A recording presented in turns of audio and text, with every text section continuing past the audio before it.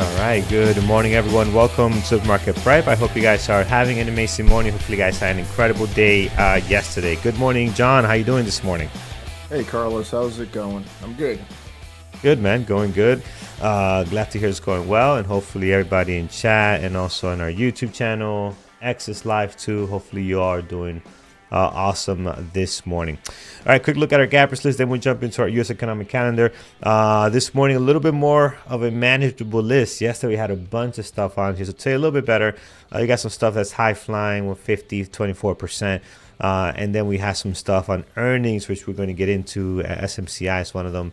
And then the big guy, of course, AMD, which I already have my list. Like, I wasted no time.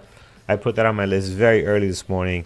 All eyes on that one as they're down 9%. So we'll dive into all of that, and then we'll see if anything else here looks good. I know CoreWeave is one that we like to look at, so let's see if anything is happening there. And looks like silver, much based on it, but it looks like silver is now trying to climb higher. John, I see a couple of green things here. SLV up, some of the mining companies. So it looks like we might be.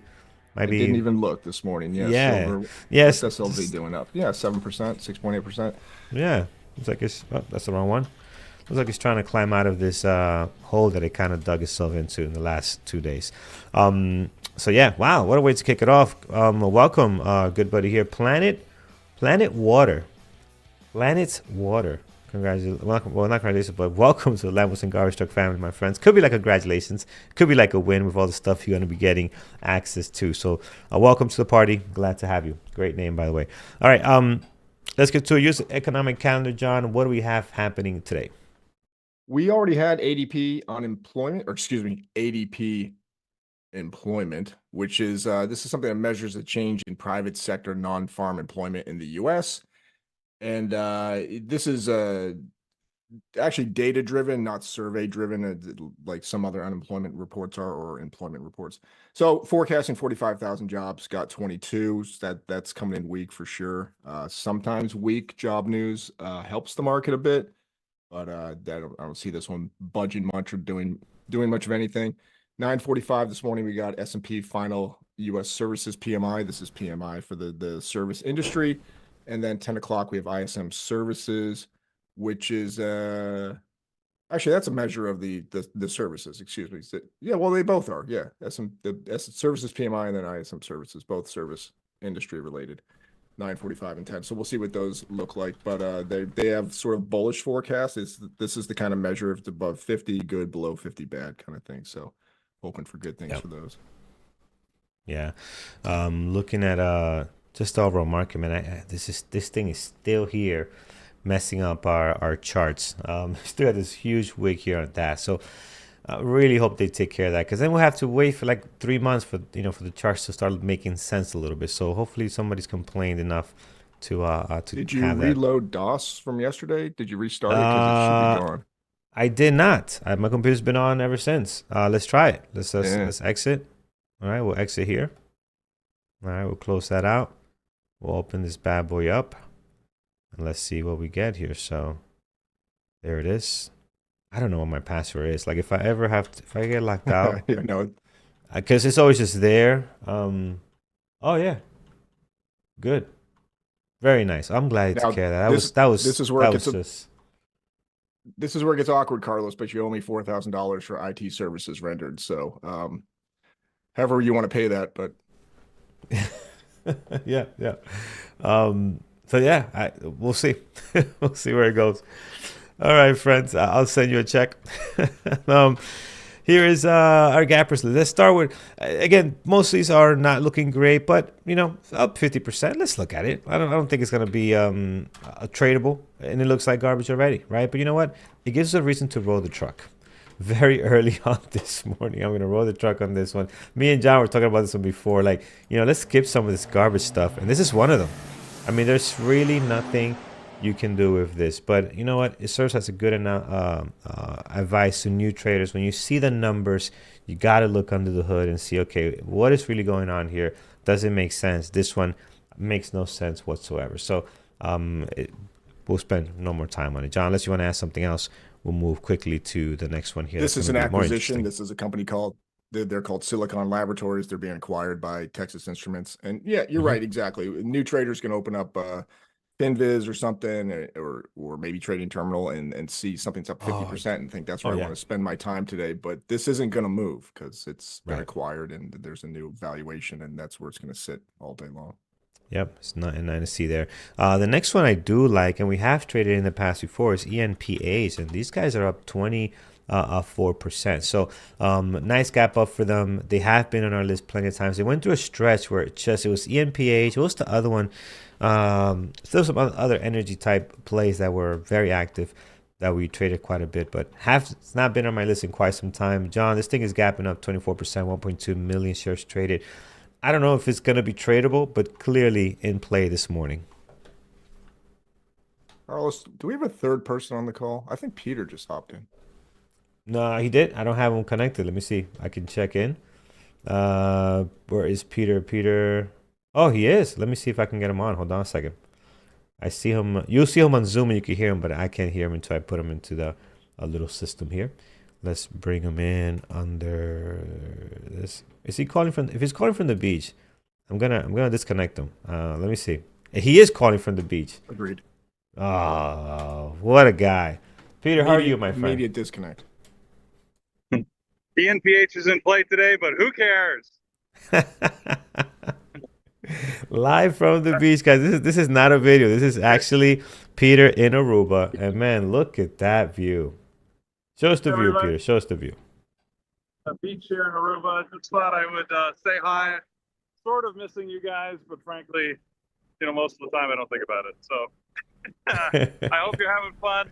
I hope the markets are going well. Just wanted to say hi to everybody, and hope you guys have a good trading week or two. I'm, as you can tell, I'm just maxing and relaxing out here. Love it, man. This looks how beautiful that is, and that water, amazing, my friend. Enjoy yourself. Come back rested, and make sure you turn off your alarms. You don't need the 9:30 alarm. You don't need the 8:30. Take all that stuff off, man. All right. Yeah, the first day I had to go do that. Turn them all off. So, look at that. Actually standing in the water now. Beautiful thing, my friend. All right, Peter, you enjoy yourself, Sorry man. to interrupt the show. No, anytime. Friends out there in YouTube and everybody in the chat room. So have a good one, everyone. No worries at all, man. John. Call in anytime. All right, friends. So there it is. We're looking at ENPH, and as Peter logs off from beautiful Aruba beach shore, man, just wonderful. All right, so John, ENPH, what do we got going on today? Big pop this morning. Yeah, I was just Googling the shark situation in Aruba. Apparently it's pretty low. So if you're hoping Peter gets pulled into the tide by Jaws, it's not going to happen. He's going to keep enjoying himself and rowing it in while snow and falls off my roof. While sitting here in 23-degree weather in the Northeast, which is actually pretty warm this morning. It felt a lot warmer. No wind. It's very nice. Thanks, I think, John. What's that? I said thanks, I think. Are you trying to see if I would get eaten, or you were hoping? Jealousy is an ugly thing, Peter. So, I mean, human condition. Fair enough. All right, later, guys. Later. Take care, man. Yeah, it got up to 30 degrees here, Carlos. Me and my dog are like jumping for joy, walking down the street like it's summertime. It's pathetic. ENPH, for a minute, it felt like it was 80. It was crazy. It felt like so warm when I walked out. Yeah. It's so weird how your perspective changes. Yeah. Nphase earnings of 71 cents per share, expectation 58 cents. Strong beat there. Also a strong beat on revenue, 343 versus 334 million. That's not a B for them, by the way. That's a smaller company. Well, not many companies would have earnings or revenue of billions and hundreds of billions. But anyway, I ramble. I've had too much coffee, Carlos. I can't. Coffee is good. Doing the show, it's It's early. This early Yeah. morning thinking is making me go bonkers. I usually just wake up and I just kind of sit here like a zombie, and now I have to think about Yeah. things. Let the engine warm up But and yeah. the big thing is the projected revenue coming in Q1 for Nphase. It's a good outlook, so that they're going to make more than they think. But so a lot of this has to do with the surge in solar interest. It's driven by installations ahead of what's called a Section 25D tax credit expiration. Kind of the same bump that Tesla got in sales when the EV credits were going away for cars. Nphase is getting a bit of the same thing. So that's good news for them. It's not exactly, as I look at that, I'm not like, that's not like long-term goodness, but it's next quarter goodness anyway, before these credits expire. So yeah, good news for Nphase. Yeah, it's good news for them. It's popping them up. I don't know how well they're gonna trade. We used to love these guys a while back. I'm inclined to put it on my secondary list. They might be something here, but again, we'll put it on the secondary list. Let's come back and we'll make a decision a little bit later. Again, we have some great history of trading this one and some other energy plays, battery plays at that time. It's just a bunch of other stuff that we had going on during that time. So let's see if that's back. All right, Peter, I mean, not Peter, John, got Peter in my head now. See, I worked all weekend before you came on, John, to make sure, okay, Peter's not here, it's John now. And then Peter logs in and throws my whole thing off now, right? So I got to remember, working with John. All right, so John, let's hop over a little bit to some of the more bigger stuff. I do want to spend a lot of time on AMD and some other ones that are bigger names, as we kind of talked about a little bit here. Which other ones under the gap up list are big earnings today, or big movers that people should be watching this morning? I think maybe next we look at SMCI. That's a popular day trading stock, not as popular as it had been, but after earnings, this could really be back in play today. It's up 10% there. They've reported earnings of 69 cents per share versus 49 cents projected. That's a great beat. 12.7 billion in revenue versus 10.4. Great beat there. Sales are up 123% year over year, 53.8% revenue growth over the last 5 years annualized. So SMCI's they're killing it, and it's a server company, so I think we all understand why. So yeah, this could be a good play. What does the daily look like on SMCI? Like, where do we sit now, Carlos, compared to where we've been? There's a lot of Yeah, potential upside on this one, probably. yeah, this So sure is, because yeah, if you I see, look at think the daily, you can see other support we had just around this level, which is about 28. I mean, we're a little bit above that, but we clearly have bounced many times from this, and we've gone pretty good. Like, we've gone all the way to 65, back to 62, back to 50 something. So it can run. I'm not saying it's going to happen today, but it has potential to pick a direction and hopefully get going. Yeah, I think today's one of those days where we have it on deck. yeah, for sure. I think that might be a good one today. Yep. And Mhm. yeah, go ahead. No, I was just going to say, great volume too this morning. We got 5.2 million shares traded on it. So even the pre-market action looks really good. So I will be adding this to my list. A couple others, I mean, these are like legit companies worthy of potential consideration, although we don't have them as day traders very often, or maybe kind of ever. But there's Lumentum, LITE, just reported earnings yesterday or this morning. I can't remember which one. I think it's another beat there. Yeah, $1.67 EPS versus $1.40. Revenue beat 665 million versus 652. So this company is big on selling fiber optic devices to telecom companies, and with a lot of the new computing centers and data centers, they're looking for fiber optic connections within those facilities to obviously speed things up and get the data flowing faster.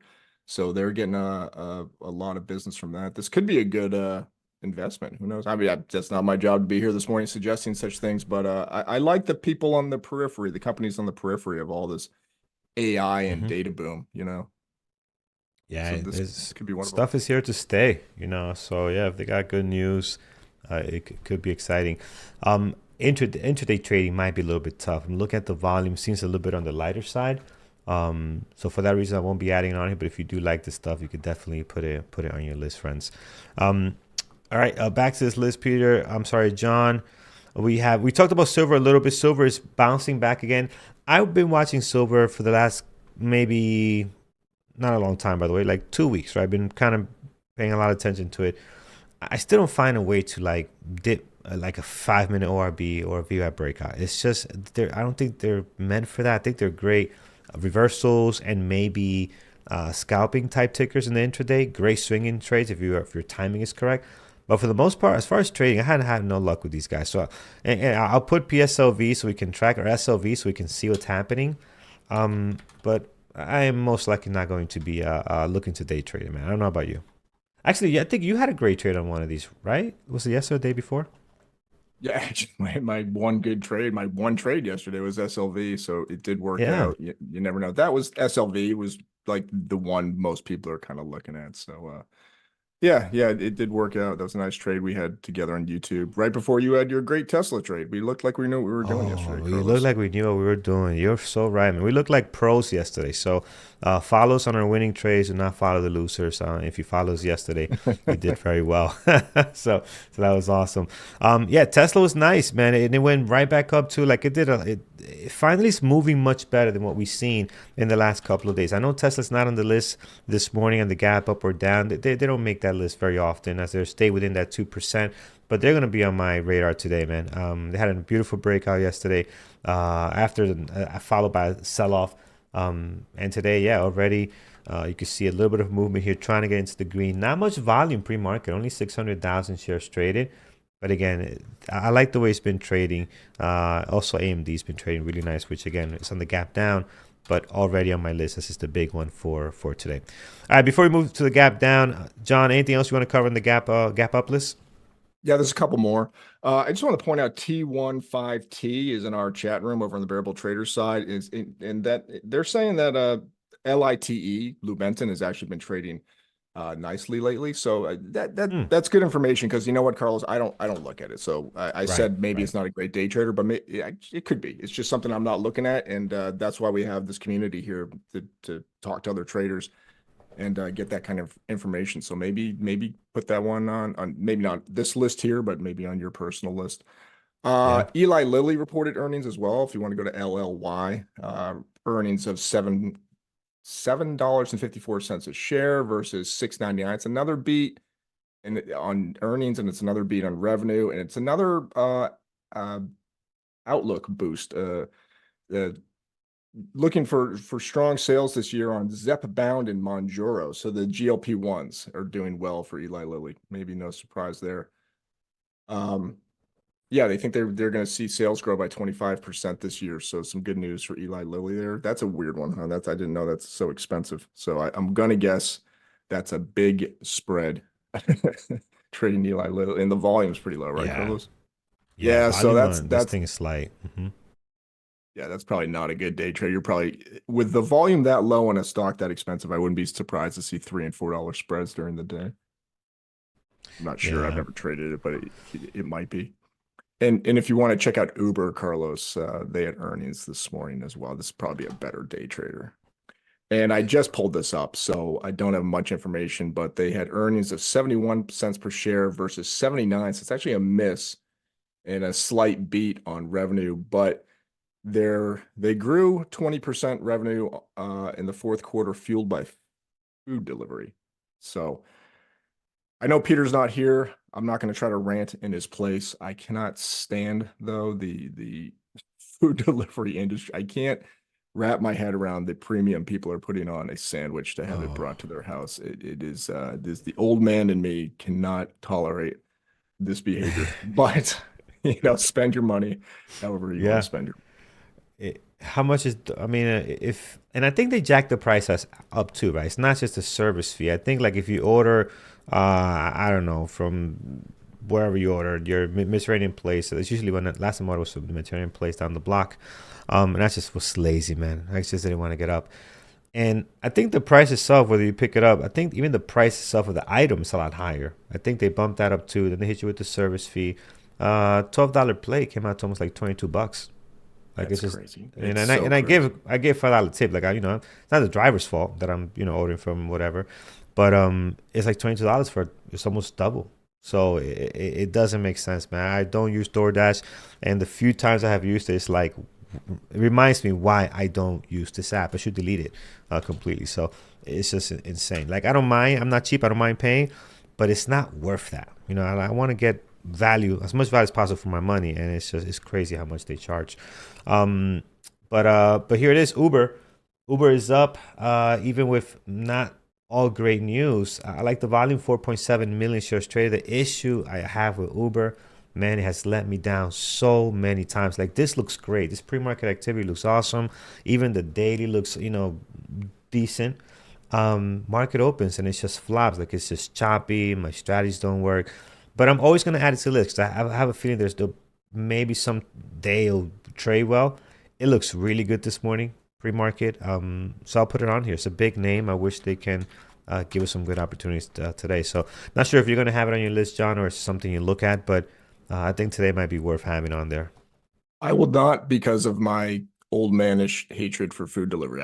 I won't trade it on a principle. This is going to be But my moral stand. they do deliver people too. Like I do true. take them a lot from the airport back and forth. So I think it's not just food. It's not like DoorDash, right? DoorDash is all food food service, but they deliver people. But I'm a moronic, hypnotized Tesla fanboy, Carlos, and I cannot tolerate companies that compete with them. So I'm all robotaxi. So Uber can die in both ways. Their people service can go to hell, and their food as well.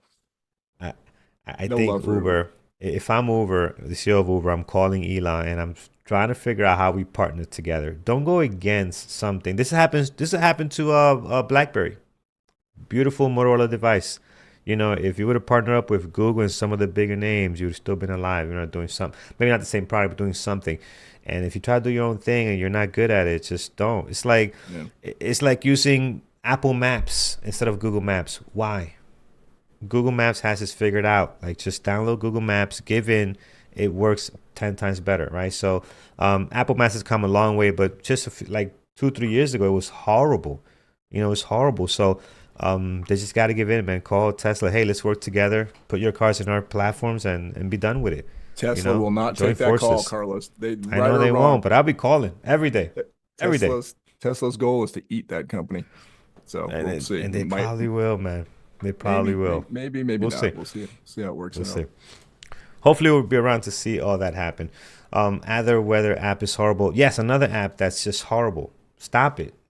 Partner up with weather.com and just get their app. Like, just, the nonsense. It's gotten better, though. The Apple Weather app has gotten much better. But again, 2-3 years ago, it was just ridiculous. All right, friends, so far. You ever think these companies pay off the bigger companies to, like, sort of make their apps stink? Like, is it possible that I have this, like, conspiracy theory that companies that make weather apps, like, get together and pool their money and pay Apple to keep their weather app kind of, like, not great or something like that, because sometimes I just can't understand it. Google used to have the best finance page for free. Google Finance, years ago, back in like 2015, like 10 years ago. You'd go there, they had like candlestick charts and all this cool charting stuff, and it was like almost like giving TraderView a run for its money. And then they just deleted it and they stopped producing it. And I was like, that was a really weird move, because it's pretty simple coding stuff for a company like Google. It seemed like low overhead to provide it, but that's one of my tinfoil hat theories, that these companies go to the big tech companies and pay them off, not to make stuff easy and free. But anyway, I digress, Carlos. No, all good, man. All good. I love my list already, friends. I have AMD, SMCI, Tesla, and Uber. And already I'm loving these tickers. Uber is going to be a little tricky, but we have it here because, again, this pre-market action looks awesome. Daily, so. All right, let's continue. Let's see what's gapping down now this morning. We already talked about the big one, which is going to be AMD. We mentioned it, but John, give us the breakdown. I mean, they're getting not crushed, but they're getting body slam a little bit this morning, right? Down 10%, 3.4 million shares traded. So they are down today. Tons of volume after earnings last night. What went wrong for them last night? What went wrong? Nothing, really. This is why stocks are so frustrating, and they make you want to put your face through a wall sometimes. So I feel bad. I know this feeling because I've been holding Amazon for a long time, and every earnings announcement that comes out, I look at the numbers. Sometimes it goes up, sometimes it goes down, and sometimes it goes down on good news. And AMD didn't necessarily have bad news per se. They had a strong beat on earnings per share, $1.53 versus $1.32. Revenue of billion versus 9.7. What else? I think they're expecting growth. I think they kind of raised their outlook. What'd they say? Yeah, they raised their outlook to 9.8 billion revenue next quarter or this quarter versus a 9.4 billion expectation. But I think it's just one of those things where it's been the price has been run up, and it just didn't deliver a giant crazy blowout that would push the price higher. Is my best guess. So people are taking some profit. They didn't see the wild earnings an announcement that perhaps could have been, and so they're taking their money. I guess that's my best stab at it. Yeah. Definitely in play today, friends. Down 10%. Maybe an overreaction. We see this all the time where people just overreact. They're down 10% here, 3.4 million shares traded. I mean, and they, aside from this earnings and providing more volatility for us, these guys have been trading so well. So yeah, keeping them on the list this morning, and let's see how it goes. I'm noticing my gap down list is growing. Like, it was very short, and now I see a lot more tickers just pulling in here. Some that I actually do like PLTR, Core was there already, but I see some of them just kind of getting a little bit long here. App Lovin', didn't we talk about that yesterday? We talked about them recently because there was a few days ago where they were up like 7% pre-market or something, and like nothing else really was, but we couldn't find a reason why. But I'm not sure. APP, let me see if there's any quick news on App Lovin' this morning. Might just be a stock that gets a little wild. No, I don't see anything here this morning. As always, I'll take suggestions from the room if anyone knows anything. But no, I don't see anything for that. I will point out for AMD, this is not a bad piece of information here. David from Connecticut saying that the CEO, Lisa, what's her last name? Sue or something. But anyway, she's going to be Lisa. Yeah. Oh, Lisa. She's going to be on CNBC at 9:00, and a lot of times when a big CEO like that gets on to talk, that can move the price. So it might be worth watching. And I don't know. It's like you're saying, Carlos. I feel like this is an overreaction for AMD to be down almost 11%. Or no, not 11. Where are they at? 10%. Yeah, about 10. Yeah, they were close to 11. They're recovering here a little bit now, 9.7. But you're right, man. It also depends too on the questions that they get asked, right? If the CEO is always going to say the most positive things, like the guy from what's the guy yesterday from PLTR? He said the best things in sliced bread. And his stock is not what's it doing, by the way? Let's go to PLTR quickly. All right, so it basically gave a lot back and gapping down some more this morning, man. This daily, it's just a sea of red on PLTR, man. So yeah, so those comments probably didn't help us he thought it was going to do. But yeah, for the CEO, it depends what questions they get asked, right? She's a lady that doesn't speak much, very reserved for the most part. But if there's a question there that's a little weird and she doesn't answer it correctly, that's when things can go south pretty quickly. So let's see how that plays out. And what time is that going to be this morning? According to David from Connecticut, it's 9:00 this morning. So if it's 9 wrong, o'clock. Okay. Everyone get mad at David. Or praise David. I'm glad it's happening before the market opens. Let's get that out of the way. She's not going to be on for 30 minutes. I highly doubt that. Let's get that out of the way, and then we'll see how. Yeah. Then we can trade it with no problems of looking out to see what the heck can happen. All right, friends. What else? So App Lovin', again, in play. I personally don't like it. I think it trades very light volume. If I could type the ticker correctly, it's APP. So I'm going to be skipping this one. Although right now, pre-market, look at the drop, guys, down 12%. Again, higher price stock spread is, for the price that it is not too bad, but you do have to be aware of what the spread is. Make sure you don't get don't get caught on an off wide spread here and get hurt. So just be very, very careful. All right, and as I mentioned, this Gappers list brought to you by TradingTerminal.com. You can always head over there and find tools for trading like this one, a funded account, Market Atlas, which has been an amazing tool for a lot of traders, and all kinds of stuff to get you started in trading for a very, very low price. We put all those things together for you, and then you can always also add the funded account if you want to take that extra step. But a lot of tools there, TradingTerminal.com. Go check it out.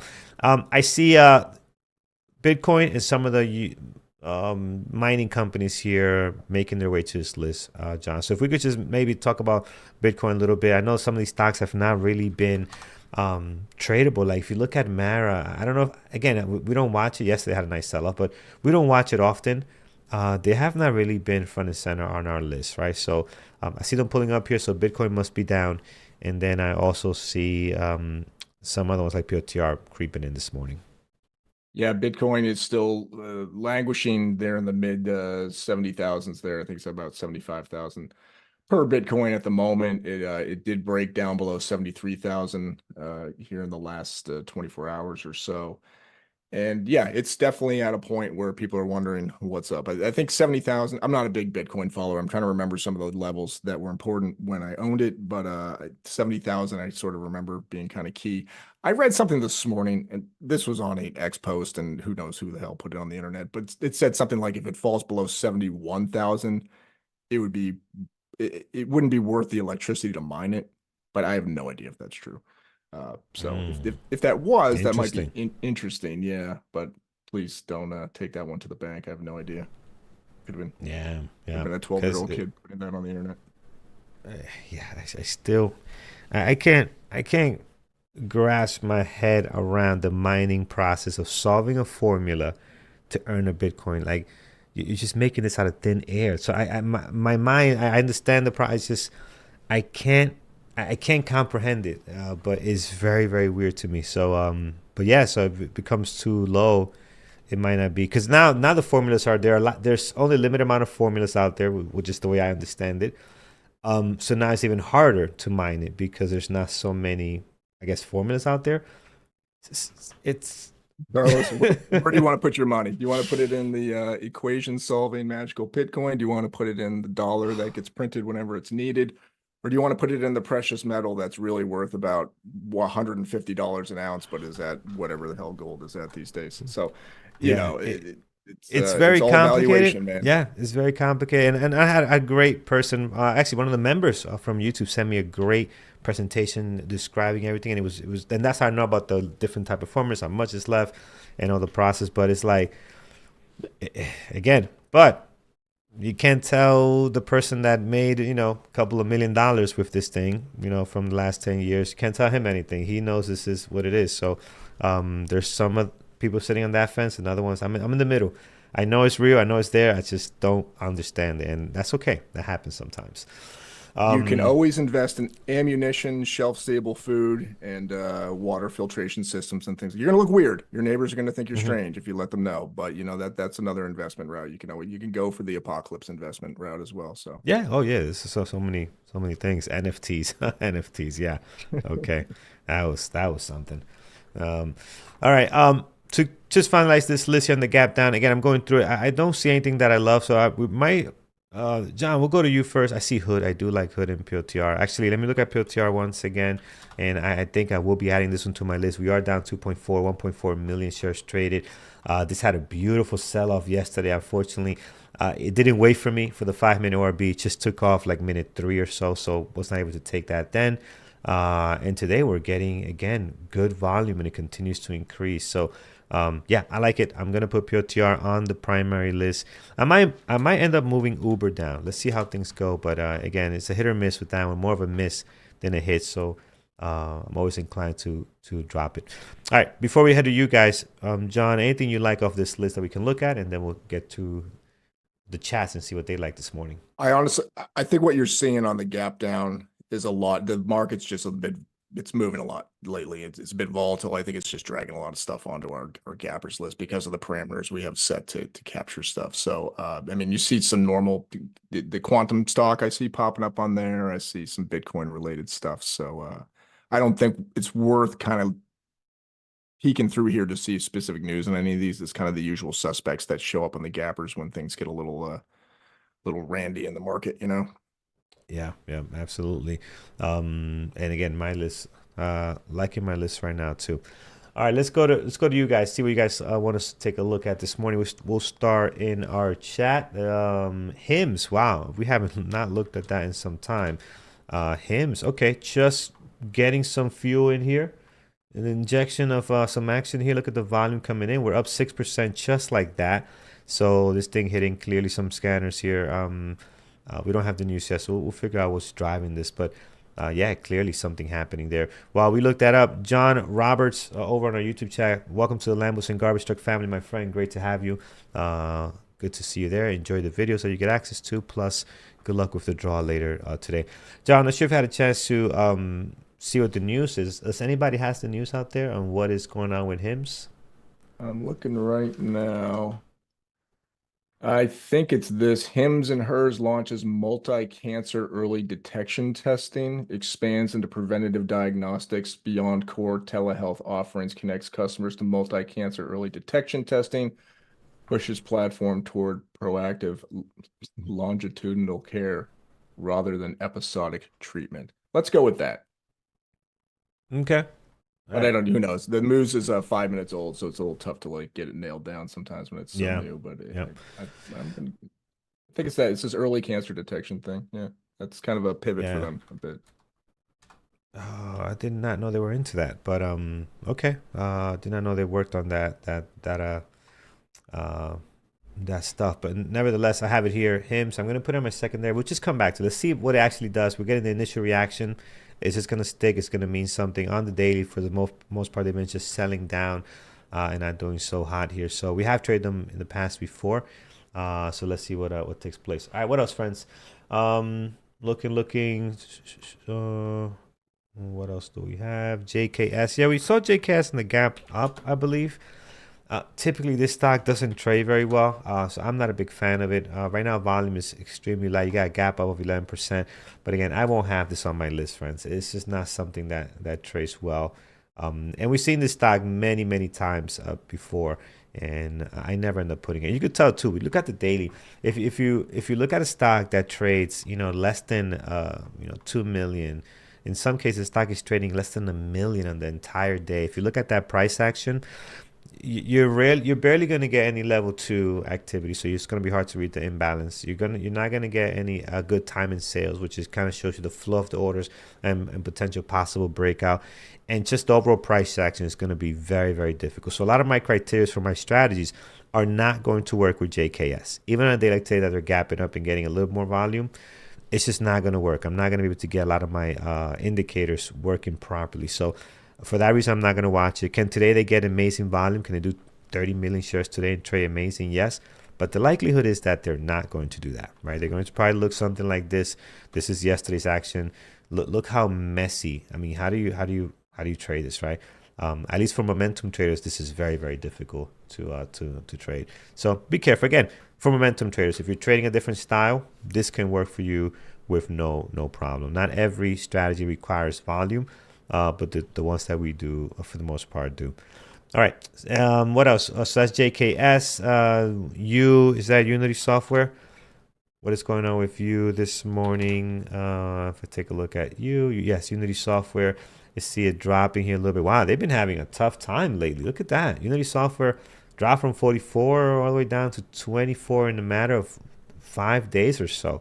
So really just getting crushed here. So not sure what's going on with them. You're seeing a little bit of action right now on it this morning, down 5.4. Again, daily looks awesome. I like the daily. Intraday, not sure what's driving them at the moment here. Looks like it had news maybe 3 days ago that maybe it's still bleeding from that.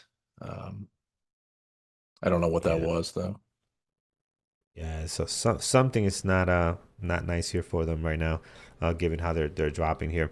All right, what else? We have AMD, we have SMCI, Intel. You're going all software on me, Dutch trader. We got Intel, INTC. Let's see what we got going on here, or tech, better said. Intel right now just going red. Again, this stock, it gets on the other side. This one gets tons of volume, right? So volume is great on this ticker. Me personally, I just have a tough time trading the market open on this one.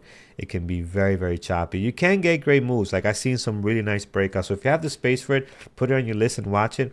I don't have a lot of space for it right now, so I'm just gonna keep it off. But I'm glad you're watching. If you see something great on it, let us know, and we can take a look at it for trading live later. SNDK is always in play. This thing is always in play. Volume seems to be increasing a little bit more than what is done through December into the beginning of the year. You can see here a little bit of a higher, if I show you the right charts here, a little bit of a higher increase in volume overall. And just the moves. What's the high of here? 725. They hit 725 or something. I mean, it's just wild. I do like to watch it though. I gotta say, I do like to put it. I'm gonna put on my popcorn ticker over here. By the way, if you're new to the channel, the popcorn means just entertainment purposes only.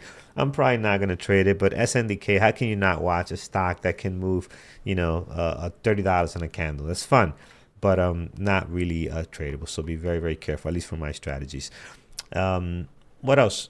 I think we're good, right? BBAI. No, it's pretty quiet right now.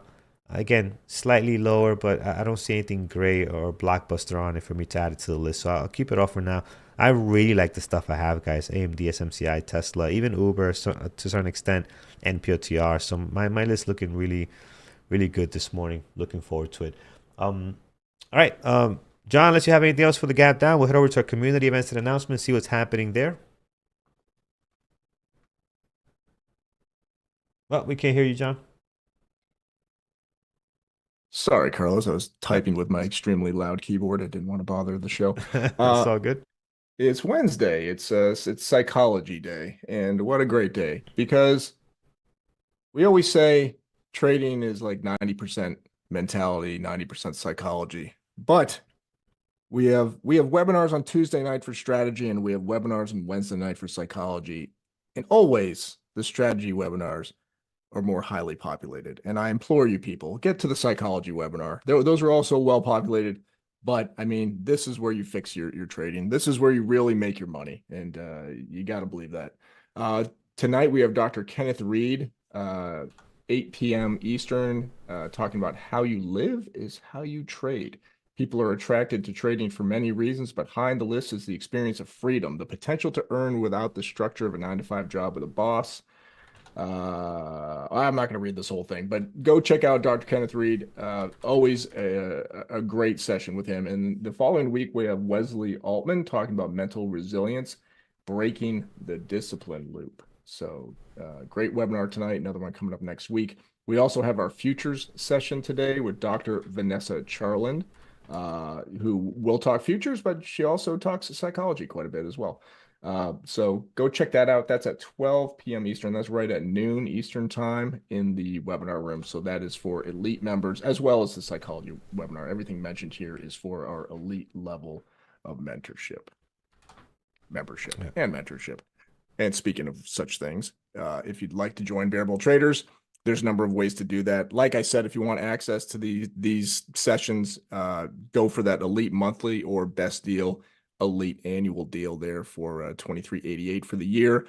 But also, if you want to just dip your toe into things, I always recommend $39 for a week. Come check us out. Hang out in the chat room. Pick a week that you can really spend a few hours every day in the chat room and learn the value of just being a member of this community and talking to the moderators during the day and the other members who have tons of great information to share with you now. Like David from Connecticut, who's telling us Lisa Su just came on CNBC to talk about AMD. So maybe keep your eye on that.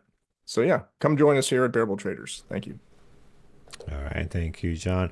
All right, friends, let's get some levels in place here. I have AMD, SMCI, Tesla, Uber, POTR. And then on the secondary list, SLV, I got HIMS, ENPH, and then as SanDisk, basically just for entertainment purposes. So all right, let's go to the daily. We'll start with AMD. Again, gap down this morning. Should be interesting as their CEO is on CNBC, I think you mentioned.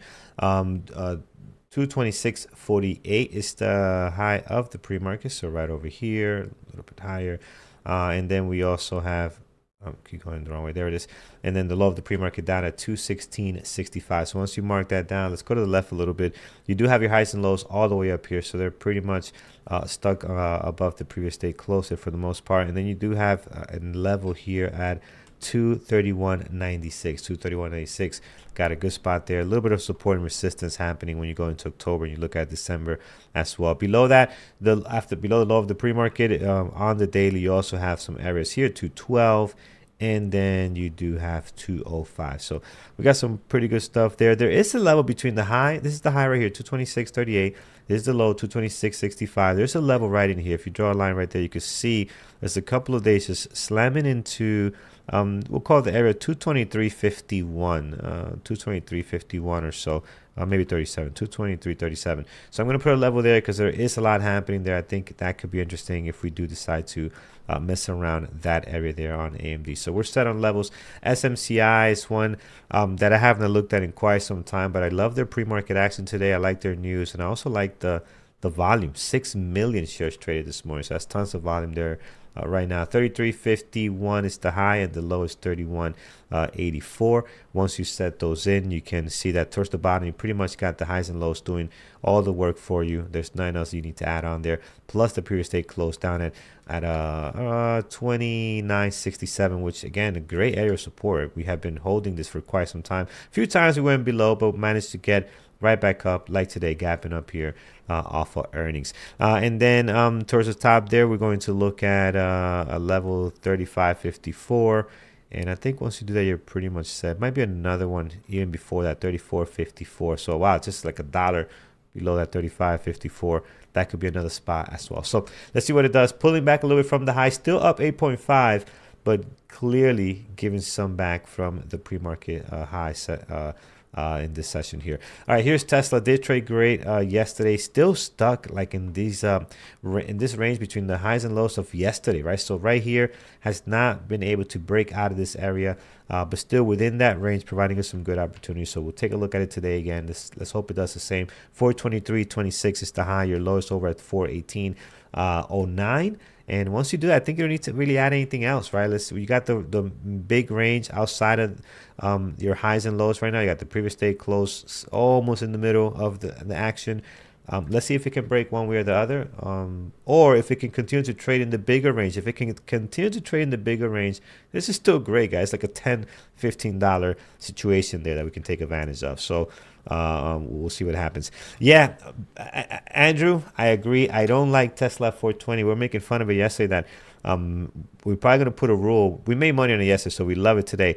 But we're going to make a rule. We're going to trade Tesla only when it's like $30 away from 420, because it really messed us up on Monday. It just kept coming back to 420. Like, just leave that number alone and actually break out. So we're right at 420 today. Should be very interesting. Actually, you know what?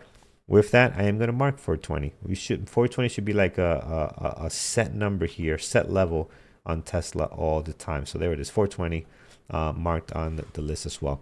All right, let's continue with Uber. Again, Uber's a love and hate, man. I wish this stock can trade well. I would love to trade it. I like the volume, 5.6. But sometimes at the open, it can be so choppy. The low, 69.49, funding secured. Andrew says funding secured. Oh, yes.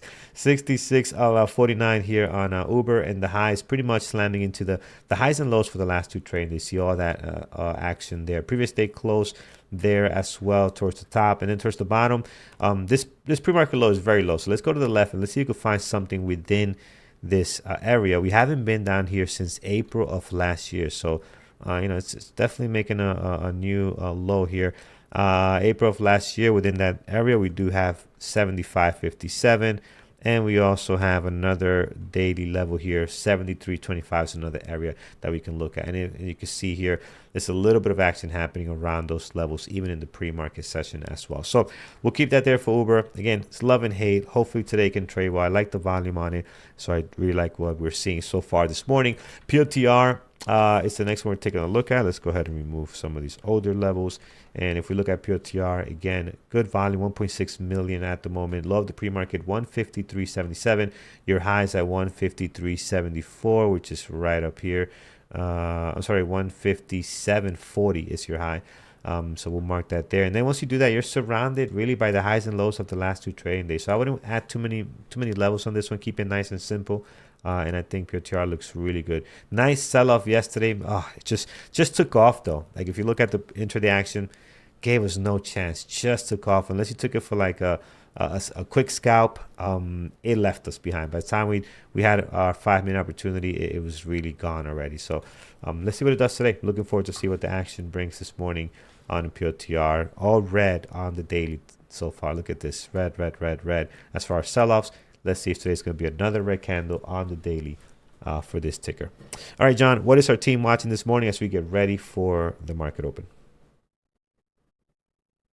All right, we got a few in here. We got Thor on the stocks and ETF side, looking at Amazon, Meta, Google, IWM, and DIA. What is DIA? That looks familiar. Oh, that's DIA. it's the Spider Dow Jones. Never mind. Oh, yeah. I knew that. And futures RTY and YM are the tickers. Megan looking at Broadcom, PLTR, and SMCI. AIM and potential longs, AMD, Apple. Both aren't A plus in his opinion. Phil's looking at Tesla, Google, Broadcom, Microsoft, and AMD. Brian in the house looking at Tesla, AMD, PLTR, SPY, and the Qs. Brendan looking at MSTR, PLTR, and NVIDIA. And the boss man himself, Andrew, is looking at AMD, SLV, SMCI, PLTR, and BOIL, Boil. Natural gas ETF looks like. All right. Good list. What am I looking at? I wonder. I don't know. I'm not feeling real hopeful this morning, Carlos, to be honest with you. Maybe PLTR and AMD, perhaps some kind of balance for these two. That'd be my best guess for what I'm looking at. Yeah. All right, friends, we are all set over in chat. Andrew and Brian up next, trading live with you guys. If you want to join them, head over to bearbrookstraders.com. If you're on X or YouTube, head over to bearbrookstraders.com. See the sign up options so you can see Andrew and Brian trading live this morning and every day. All right, friends, take care. Have a good one. Actually, wait for Brian to log in, then we'll disconnect. But I'll get my list ready. We'll get our 1 minute and our 5 minute, and we'll be ready to go here. So I think it'll be a good day. As we wait, guys, take this opportunity to hit that thumbs up over on YouTube. We really try to get it for like 400 likes is our goal, right? 400. We get to 400. We're very, very happy. So right now we're sitting.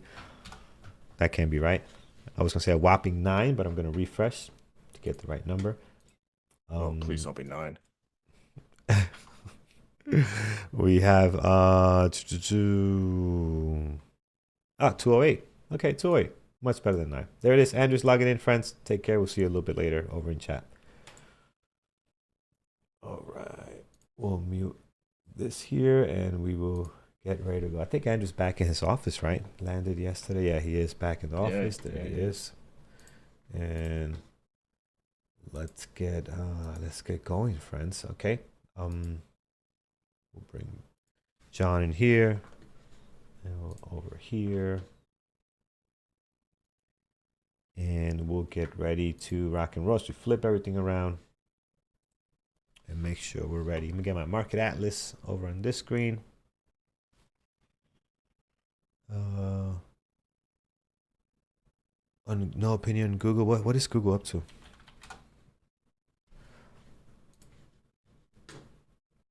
Google's green this morning. It's a couple tech stocks, Apple, Amazon, and Google all in the green, so it's a bit mixed. Let's get the market atlas. Am I coming through on the mic okay, Carlos? Yeah, I hear you fine. You guys hear us okay? Are we balanced out? I know yesterday people said one of us was either lower or higher. I didn't go back to check. I usually go back to the YouTube channel and check how things sound. But you guys, one of you guys has to be the audio engineer over on YouTube. You gotta tell us if the balance is good. My bars look good here, but I can't tell if the fine details. All right, let's see. Just getting everything set up, friends, so we can be all set. Just getting my market atlas here, putting some of my favorite tickers on deck. Everything's 5x5, very good.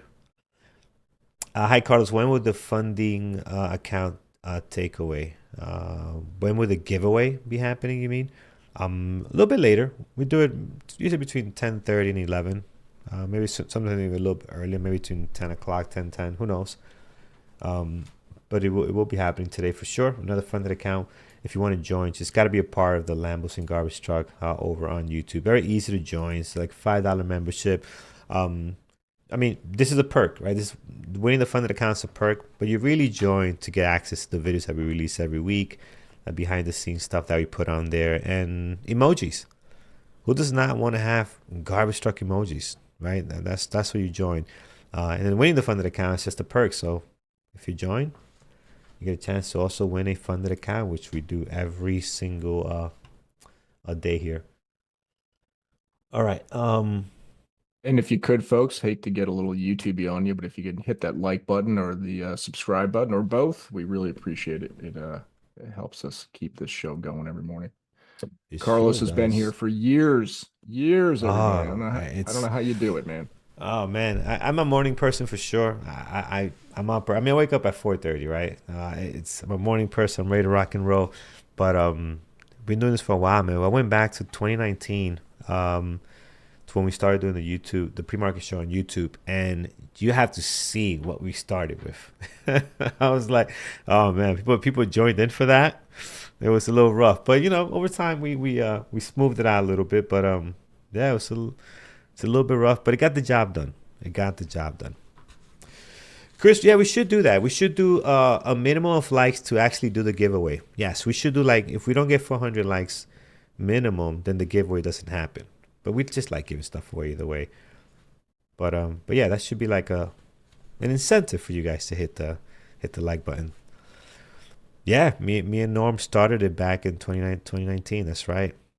Miller, so you've been around for some time, so yeah. yeah.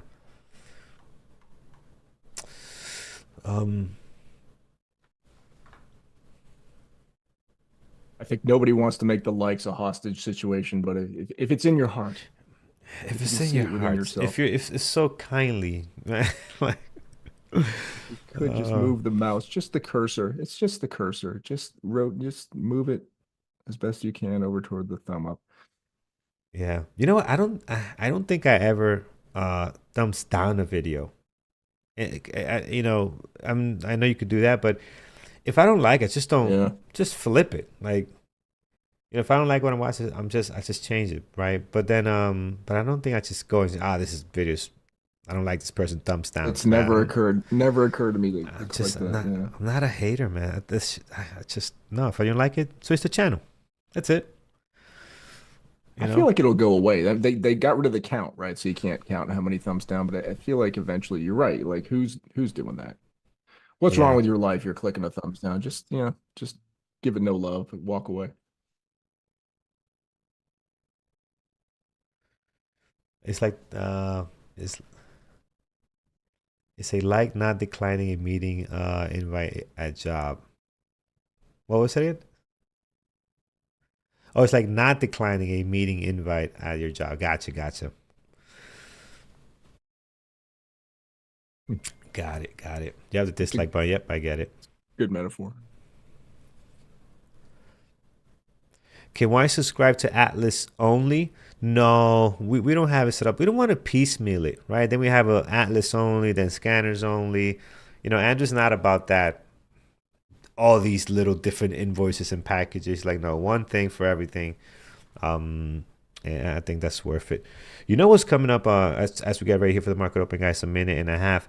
What's looking really good? I like what they're doing with the trade book. Have you seen that, John, on Trade Terminal? They have like this trade book thing where you can kind of set up your trade book and track things a different way. I don't know if that's new, but I just noticed that this morning as I was playing around looking at the gappers list. And I'm like, oh, this is pretty cool. So I got to play around with that. Maybe we'll spend some time looking at it today later. After Is we that get on to a the market beta open. version of the website by any chance? You know what? I'm a moderator there, so I don't know if that's beta only. I'm not sure. But man, that looks pretty cool. That looks really nice. Where's the link? Oh no, it's right off the Trade Terminal. Yeah, but I'll show you. I'll show you after the open. I'll look Yeah. it up. I know sometimes Andrew gives us like a secret link to the Oh no, I went through new this dev. right through my through funded account journal thing. Yeah. yeah, that'd be interesting to check out. Yeah, no, it's pretty cool. It's pretty cool. All right, here we go, friends. SMCI doing some stuff. Oh, I see. It's under journal, maybe. Yeah, it's like on the journal. Oh yeah. This is some of the stuff. Yeah, we've been working with over in the boot camp. So the boot campers, we run a thing called the day trading boot camp. It's run through another company called Peak Capital Trading, and we run it 3 times a year. usually have about 80 traders in there every boot camp, and we are teaching them how to do this trade book thing now. So it's kind of a beta thing. There are guinea pigs for that. Market is open. Yeah, I like it, man. I think that's going to be very, very valuable for people. All right, friends, as usual, bell hits. I'm waiting about 3 to 5 minutes for my first trade. So, if you're trigger happy and the bell triggers you, just, wait for the setup. Don't jump in. The bell is not an indication for you to do something. It's just saying, hey, this happened. Now be patient and trade your setup only. Quality stuff, man. That's hard for new traders. We were new at one point, and man, when that bell rings, we just want to hit something. We want to be in the game. It's like horses out of the gates here. So let's be patient. Wait for the setup. First thing I'm looking for is that AMD here, man. Look at this beautiful drop, man. AMD is going to be nice today. I think this is one of those stocks that you can see being in play all day, with reversals, VWAP breakouts. Like, this is going to be one today that's going to be exciting to watch. So got my eyes on this one and seeing if anything can happen. I'm looking for a 1 minute engulfing. That's the first strategy that I like here. Here's the 1 minute. I'm sorry, the second minute coming up. I don't see any engulfing situations at the moment. So that doesn't happen, then we'll wait for a 5 minute RB. Definite direction is down to open this market for sure. Yeah, it's looking. You know what's really down a lot? APP. We talked about it a little bit, Carlos, but I didn't appreciate how much this stock is down. It's down 14% right now. So I must be, Yeah. I must have missed the news on this. We tried to look it up, but I didn't find anything in particular. Yeah, because I don't think it's anything from today. I think it's coming over the last couple of days. This thing's just been getting slammed if you look at the daily. Spread 70 cents, guys. Be careful. At least 70 cents I've seen so far. It's kind of a little bit better, but again, just be careful. You do decide to trade that. Wow, PLTR is going. Uber doing some choppiness here. Tesla. Yeah, so this you mentioned the spread. It's which stock were you talking about for the spread? APP. Yeah, and I was just looking at AMD. Even right now, the spread on AMD, I just saw it jump to 58 cents. I see it up around 30 cents a lot. It gets lower to maybe like 10 cents, but it's kind of averaging around maybe 30 cents right now. It's changing all the time. But Yeah. stocks, when the market opens, their spreads are much bigger, and you have to deal with that because you buy at the offer and you sell at the bid, and you pay that price kind of. So just be aware of that. As the day goes on, even 15 minutes from now, AMD's spread will decrease substantially. And then by the end of the day, it'll be 3 or 4 cents. NPH taking off, friends. This thing is on fire here. So pretty nice pop this morning. Up about $2 from the open, as you can see there. Looks like it wants 351. That's strong. Wow. That's strong. PLTR is getting hammered. NVDA looking bad. AMD's just weak, man. Wow. Very nice. PLTR is down 4.5%. Unbelievable. Such a good earnings, man. It just goes to show. Like, how do you ever guess what the hell's going to happen in this market? Yeah. Ridiculous. AMD is down 13% now off of arguably very good numbers. Drives you nuts. Yeah, it's tough, friends. Wow, POTR is just doing the same thing as yesterday, just dropping hard and not giving us a good 5 minute opportunity here at all. This is going to be too extended. So next one will be AMD. AMD still hanging out here, so that's good. SMCI breaking out nicely. Beautiful breakout. That's a nice breakout, yeah, off the VWAP. Yeah. It's a little early for me to have taken that one, but it did go a little messy on the break. Like it's you might have stopped you out depending on where you chose your stop, but it's on its way now. Yikes. It's a little bit of a information overload for me this morning here, Carlos. I'm having a hard time jumping around. I'm going to set some alerts on some things. I'm going to get an alert set up on silver or SLV.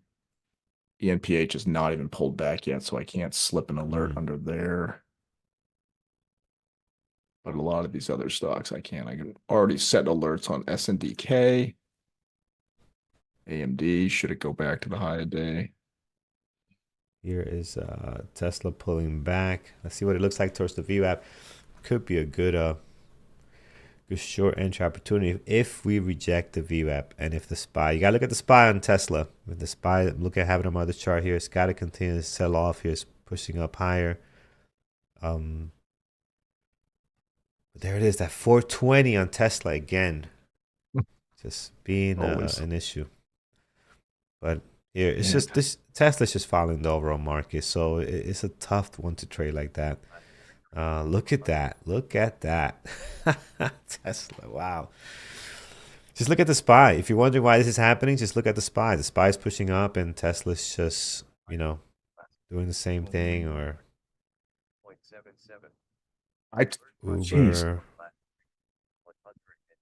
Uber. I just had 4 alerts go off in my headphones because everything's spiking. I did take a long on Tesla. I think it's going to get stopped out at break even unless something miracle happens here, but it did carry through my entry very, very easily. Basically doing a PDC indecision thing here. I'm going short Uber, friends. A little bit hesitant. Should have been in more close to 75 for the 5-minute ORB, but I'm jumping in now. Let's see if we can get down to below 73.25. It's the level I have off the daily. But I like the bigger time frames too. I like this sell-off we have here, this pressure.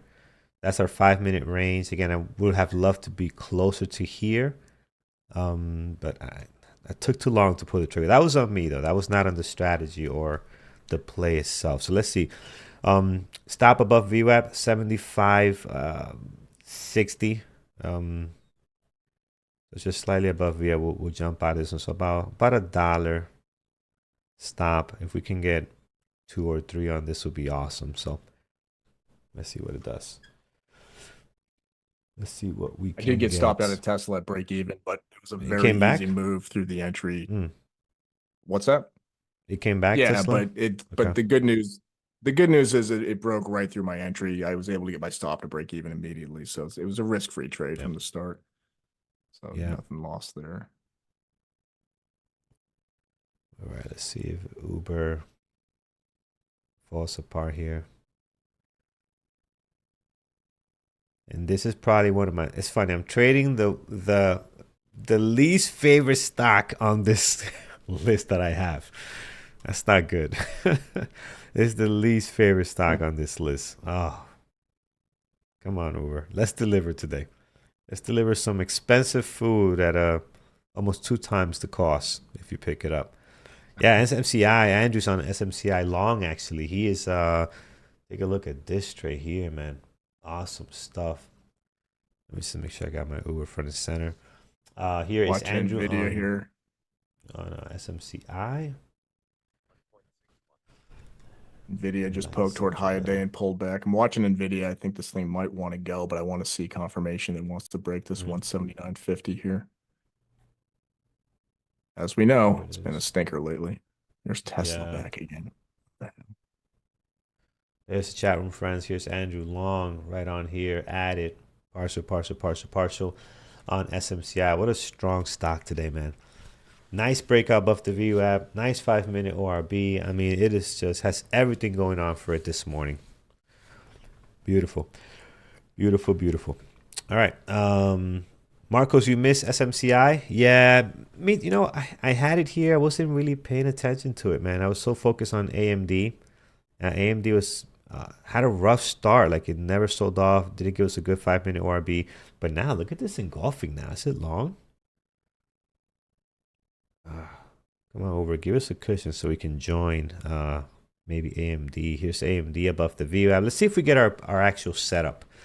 But here you do have an engulfing on AMD on the 5-minute. Let's see if we can combine that with a VWAP breakout. I will take that trade. Let's see if that takes place. I'm long Tesla at 422.19, moving my stop to break even again. So another risk-free trade at the moment.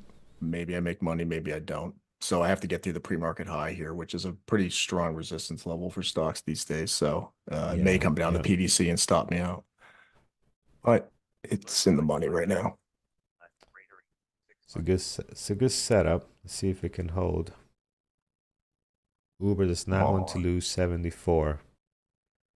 It's finding support here and is struggling to get below that. Let's see if we can break through that.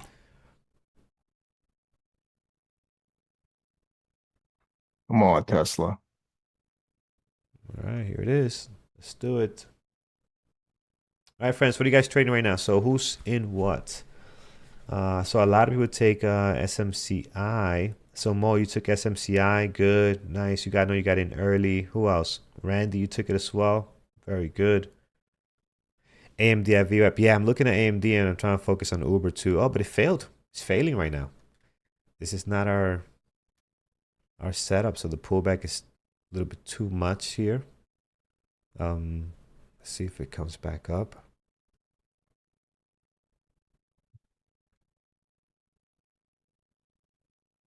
Finally, Uber's broke 74 and it just came right back up. It's like there's a line here, and it just reminds me this stock is a nicey ticker. The 74 is being an issue for us here. So nicey stocks tend to trade a little bit weird. Their price action can be funky at times. So. Holy shit. Tesla stuck right pre-market high. I can't stand this stuff. This is the story of my life lately. Go through. Wow, friends. SMCI for the win today for you guys. That is beautiful. So Tesla, what we got? It's looking good. John, this is looking like it wants to go, man. 424. It's looking like it, but I have to get going without getting stopped out back at my entry. So yeah, I need another buck on it or something to make this worthwhile. It's just hanging. If you have the pre-market high in your chart, it's just hanging out here. And if it doesn't get going soon, it's what you get are these violent drops, and I'll get stopped out. Yeah. I think it's gonna stop me out. Yep, stop me out, break even. Couldn't get going. Only had about a buck on it. Amazon's coming up toward the high day, but that's near the previous day close. I wouldn't take that because of that level there. NVDA keeps trying that 179.50. I definitely want an alert set on that because that could be juicy if that thing finally starts to go.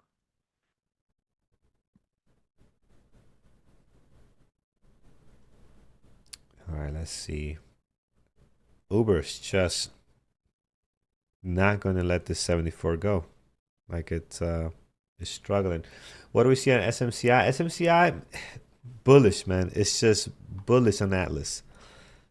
Everything, and these are some massive orders too. Like I'll show you what I'm talking about. These are some massive orders on SMCI. Look at this. Almost looks algo-like. Look at the orders. 126,000, 100,000, 104, 104, 103, 121. It's got to be one person playing with a big account. Like these numbers are very, very interesting. Some mutual fund or something, some kind of big boy up there having fun today on SMCI. ENPH, Carlos, it's up 35% right now, and obviously it was up more because it got up around 52.50. Yeah, that's crazy day for that company. I'm telling you, man, with this stock, I don't know if you remember, but we used to trade it a lot. It used to be in play a ton, and it traded well. It traded really, really well. This reminds me of those type of days on ENPH. Yeah, Razzi, I'm looking at Uber. It broke 74. I'm trying to get at least, I would love $2 on this. My entry 74.29. I would love to get, $2 on it because I risked $1, but I just don't think it's gonna happen that easily and smoothly. So below 73.25, we might start taking some off. I might not get my at least 2R on this trade, because just how slow it is compared to like a SMCI, some maybe AMD. AMD failed, guys. Fails the VWAP breakout back almost towards the low of the day. Oh, sorry, I'm not showing you guys the chart. Here it is. So failed back towards the low here. It's got a very interesting 5-minute pattern as well. But yeah, let's see if we can get $2 out of Uber. I doubt it. I'll be happy with 150. The way this thing is trading. LTR. It's made a hotkey error. Uh-oh. Damn it. Hopefully in your favor. No, it wasn't. That's right. That sucks, man. It didn't really affect much. I was trying to get out of NVIDIA and I added and then I got out. So it probably gave me another $50 loss. But PLTR is just in misery here. This thing may be going down to like 146. If you look on a daily, there was a low back on November 21st of 147.56. And then recent lows like 3 days ago, before they had earnings, it got down to 145.13. Maybe going down to 145 again before it really tries to bounce here. Oh, and that's also a low from August 20th, a low of like 142. Oh yeah, they definitely got a lot of support in this. There's a lot there in the mid 140s, but it could definitely go lower here, another $5 or so.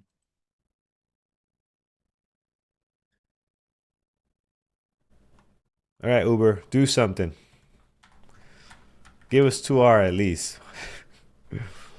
At least we'll be happy with that.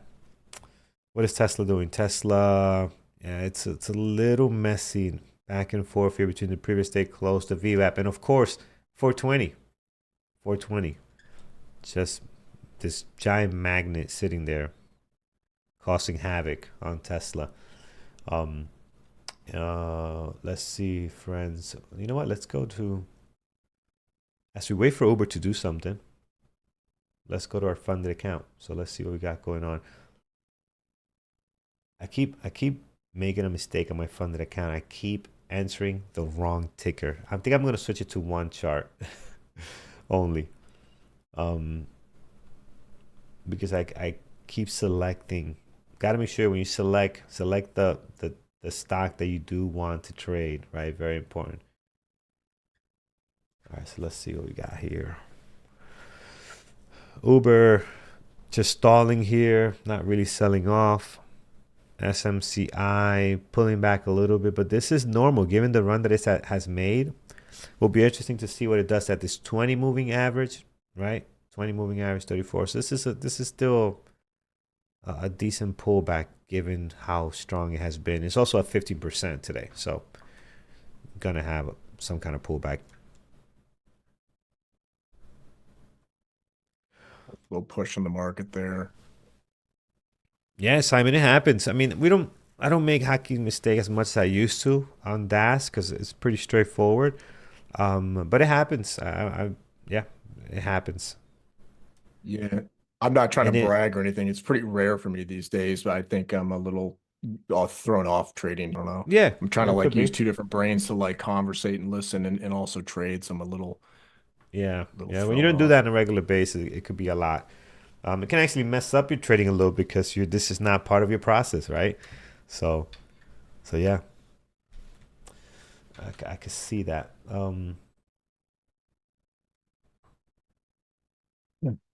I could see that happening. Holy cannoli, NVIDIA.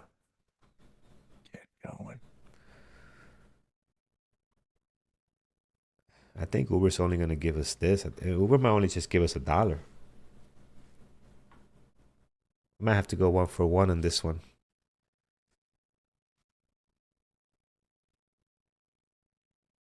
Maybe. Let's see. Maybe it does something. AMD double bottom. I don't know, man. This looks actually, to me, looks very weak. Again, to me, I could be completely wrong. But to me, I think this wants to go lower. And I like double bottoms personally. I don't trade them well, but if I were to look at a double bottom, I want to see it like on a bigger time frame, like on a 5-minute or a little bit later when reversals are a little more, have a higher likelihood of working out. So, yeah, Uber's moving down. I got him on the screen. I see it here, 73.15. So we're $1 in at least. That's good. Oh yeah, let's see if it can keep going. Let's see if we can't keep going. So we're looking at Uber here for the drop. It's a great thing about earnings. Like we would never look at Uber, but with earnings now, we're going to look at stocks that we normally are not in play. And here it is. We're trading Uber today. So that's going to continue as we are in full swing on earnings. Oh, there's a drop on everything. Yes, that's good. Come on, drop Uber. Follow the whatever's happening. Jeez, POTR. Just keep looking at POTR. It doesn't stop. It doesn't stop. It's just like it's a wreck so ridiculous. that just keeps going, It's man. down Wow. It's going through the low of 2 days ago there. There's a level. Not a big level, but yeah, this is crazy. Man. Talk about taking a beating. All right, so we're 73.35 is a level that I had here on Uber. This is coming from, let's just go back and look at it. It's a daily level that we placed. We went back to April of last year, if you guys remember, in the pre-market. And this is this level here we're trying to pull away from, right? So next level I have is 69.49. We're not going to get to the way this thing is moving. It doesn't have that much momentum. So let me just sneak into this daily and see, get a more reasonable level given how this thing is moving. Maybe 72. You got a level right in here. This area, 71.94. Is the big daily level that I see. Like if you draw a line there, I know it's a little bit hard to see, but if you draw a line, you see a lot of days opening, closing, using that as support or resistance. So 71.94. Let's call it 72. Is the next area we potentially see. It's a slow moving stock at the moment. Just see how slow it is compared to everything else. You added to SMCI. Am I doing right with this ad? Let's take a look. I mean, if you're following your plan, you're definitely doing right. Whether it's gonna work or not, it's a whole different story. But I like the ad. Where did you add? Here and on this, around this area here. I mean, you had a great entry too, right? So you had a very early on entry. This is kind of like the one we did on Tesla yesterday. Added on Tesla, right? A very small amount. Make sure that you don't get the pullback that stops you out. My pullback did stop me out because Tesla moved a whole bunch. But we went in very small on my ads, right? I'm not going in a lot because I'm not a big adder. So it's not going to hurt the overall parcels that we already have done. So, you know, if you're just getting to add, just add a little bit. You know, like literally you could just add like, 50 shares on a stock like this just to get the feel for adding, where your average price is going to be and stuff like that, right? And I'm saying 50 shares, but I'm trying to say it's because 50 shares could be a lot if you took already 100 shares, right? Original price, and you parceled already down. You get what I'm saying. Add enough that the average price is not up against you where you can't survive a regular pullback. So I think that's important. All right, friends, come on, Uber. You heard John. He's not ordering from you guys anymore or ever. So markets at low of day here, looking rough. SPY and the Qs both pushing low of day. That's good for me. Am I short here?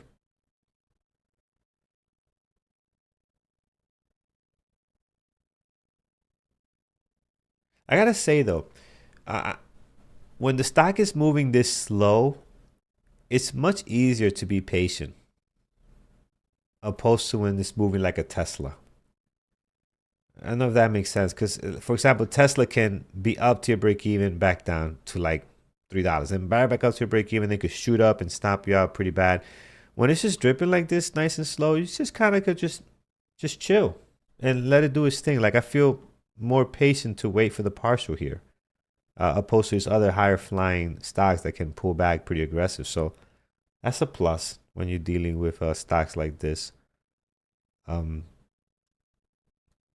can't stand it. I want my answer fast. Wrong. No, right. yeah, it's the trade. It's a pain. It's a pain. I could stand it a little bit because I'm in the green. But you're right. Because I'm just back and forth here, it's not good. Not good. It's just all preference, Like I've never been good at watching something for hours. Sometimes I get into a trade that does last hours because I'll just get into a high day break that doesn't look back, and it's just, you do have to wait. But I don't know, but the initial money I made was very quick usually, and then whatever I'm watching for hours is like chump change. It's just like for fun. Because you already partialed, right? Right. Oh, PLTR. Wish I was in that one. That one just keeps on going, friends. Lower. Look at Tesla back towards the high of the day. John, do you like that? Yeah, I'm back in at 420. Oh, fuck. Killing me. I'm having the worst day, Carlos. I'm out of that. Everything's going in the green, and then I'm getting wrecked. And it's that SPY candle there. It's just, why am I? It's a tough. Why am I trying this life, Carlos? Why don't I go become a farmer? This has been such a frustrating past 3 or 4 weeks. It's not easy, man. It is frustrating. Crazy. Oh, yeah. It's driving me crazy. This will take years of your life, friends. So, just disclaimer if you decide to do this. I am short in Uber. I know you could barely see the triangle. It's right over here. But there's the short. And I'm probably going to take a partial because we're kind of stalling a little bit here. You know, we're $1 in already, $1 plus actually. And I just don't think we're going to get, you know, $2-4 out of this thing. Maybe not. Could be wrong. It's a lot of room to the downside. It could be completely wrong. Becoming a farmer. It's good stuff.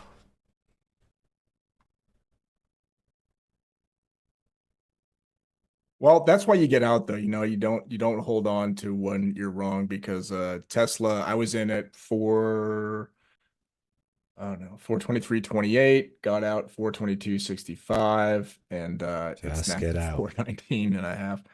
It's just like, get out. I'm telling you, you just got to get out. You got to take your losses. You're gonna save money. You're gonna save a lot of headaches and mental bandwidth, right? Because then you can just free up your mental bandwidth and look for another opportunity that can possibly work out, right? And if it sets up again, there's nothing wrong with getting back in. So what if you take a small loss or 2 small losses, sometimes even 3 small losses, then you actually catch the move that makes the money, right? People don't like to be wrong. People don't like to be wrong 3 times and then win one that covers, the losses, right? It's just a thing about not being wrong that you just got to get over. Be wrong quickly and just, look for the next opportunity. And that was tough for me to learn. Man. I don't like to lose. I do not like to lose. Yeah. So the averaging down, the holding, the bag holding, swing trading, I've done it all. I don't like to lose, but you have to lose. You got to lose. No, it's the worst. And you'll tell yourself after a while, like, it feels like I've just lost on everything this morning. And you start to feel like you get that gambling mindset where you're like, I must have a win or do. You know what I mean? Mm-hmm. And that's why people overtrade, because you're like, if I just took, essentially, I've taken 5 trades this morning and nothing's they've all kind of moved into the green, but then they keep coming back. But you start to get this feeling like there's got to be a winner coming up, right? I get the odds got to be going in that way, but that's a really bad mentality. So you just got to wait for your next best setup and trust in what you've been doing. Yeah. All right, friends, we did it somehow, some way. We're at our 2 hours here, so we are going to take a partial here, friends. 72.29ish. Did not think we were going to get there. So very nice, very nice.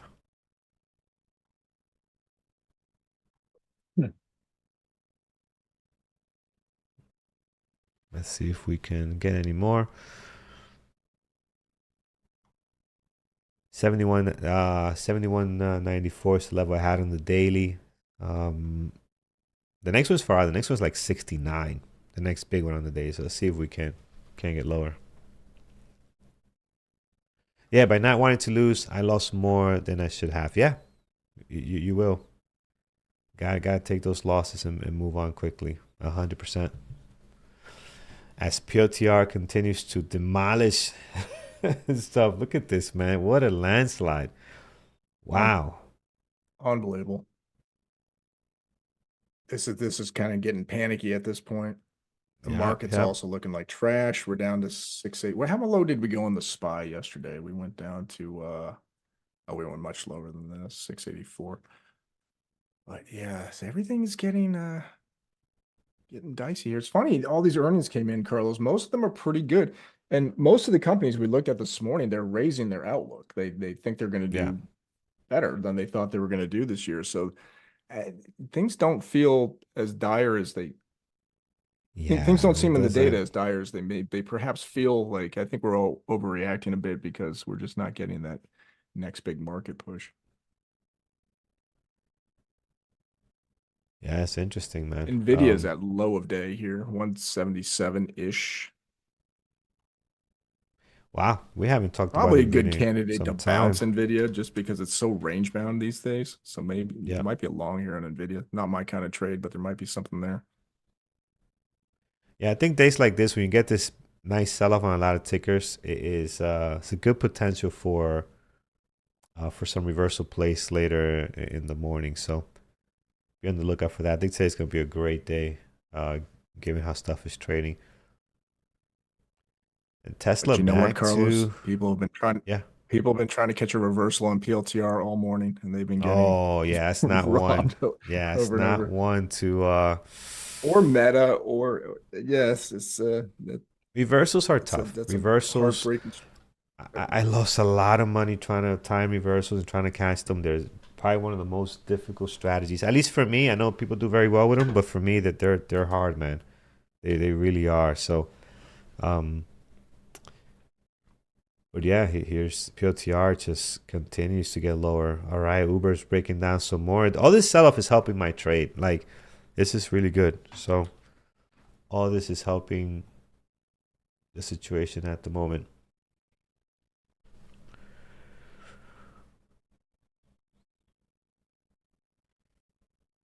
I think even Uber eventually will start to head the other way. So the chances of us getting another R out of this are probably very slim, given how slow it moved up. We have a higher chance of this thing, coming back to 73.25. So I might take some more off here. And all we might get is 2 Rs, and that's okay. 2 Rs, hey, we'll take it, right? But that's all we might get on this one. And do I have the patience to wait another half hour for another R? That was a good hold, Carlos. I wasn't watching your trade, but you got in around 74 something, and then 74.29.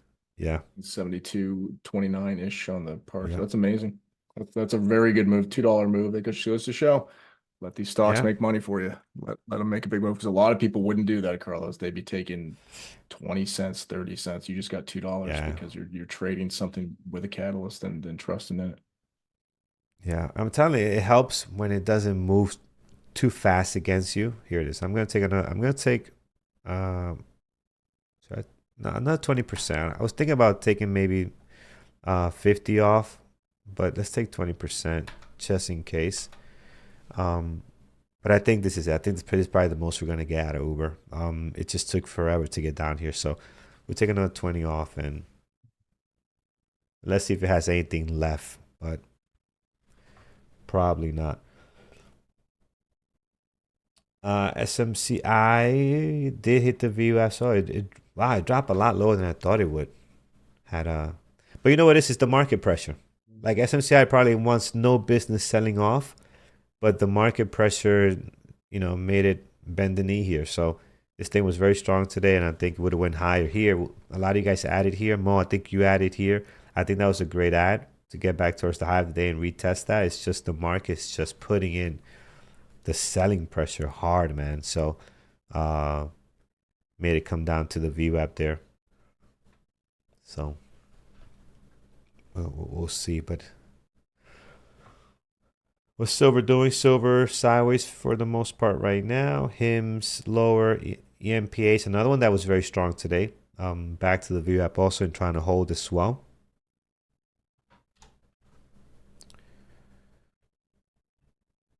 And our Uber trade, we're starting to get a little sideways action, right? So we might see some of this back and forth now. And then this is another one that probably could be good for a reversal. But I think there's a lot of other plays outside from Uber that will have a better reversal opportunity. Look at stuff that has sold off a lot, like SMCI, AMD. AMD's a good one. Like this could be nice to the view app. You know what? Let's take AMD in our funded account. How about that? Let's see. AMD. And we're going to go.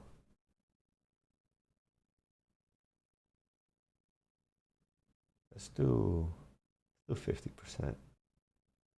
No. Actually, no. Do 25%. Yeah. Let's do that. See what happens. So long AMD on the funded account.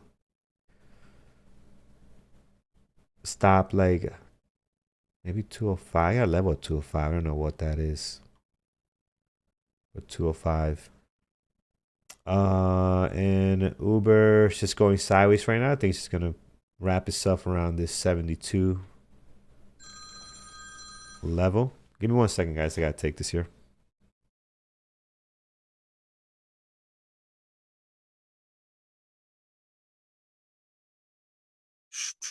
So I'm out of setups here for probably the time being. Something may come back. I'm just it's now's the time for me to set alerts. So what I do looking for high day breaks is I go look at everything that's pulled back, which is pretty much everything. And I'll just set alerts on everything. So SNDK's got a high of, I'm actually, we'll do this in sort of a sloppy manner because I'm not going to get them real precise here, but high of day is 663 almost. I'll put an alert on SNDK below 660, around 658. Microsoft below 415 at 414.59. I'm just kind of spitballing these. AMD would have to come way back, but whatever. They'll put an alert at a 217 and a half. And I'll just go through the rest of my watch list and just set these because you never know when something's going to come back. And it's quite often on days like this when I think I'm not going to get another trade, but I have all these alerts set and I'm kind of sitting here watching cat videos on the internet or whatever. And then I get the alert to go off to say something came back, something got its mojo back and it's coming all the way back to the high day, and those can end up being great trades. So alerts are free. Why not set them? So just putting them all basically below key dollar levels near the high day, which is usually the dollar level below the high day. Get all those set up. NVIDIA, Tesla needs one, and then that's my whole primary list has alerts set, and then I'll go through my secondary and just look at what was interesting. Like SMCI, definitely want an alert below 35. I'll set it at 34.72. And ENPH, Nphase, I'll make sure I have an alert set at actually below 52. I'm going to put it at 51.74 on Nphase. And that's pretty good. That's like 14 alerts.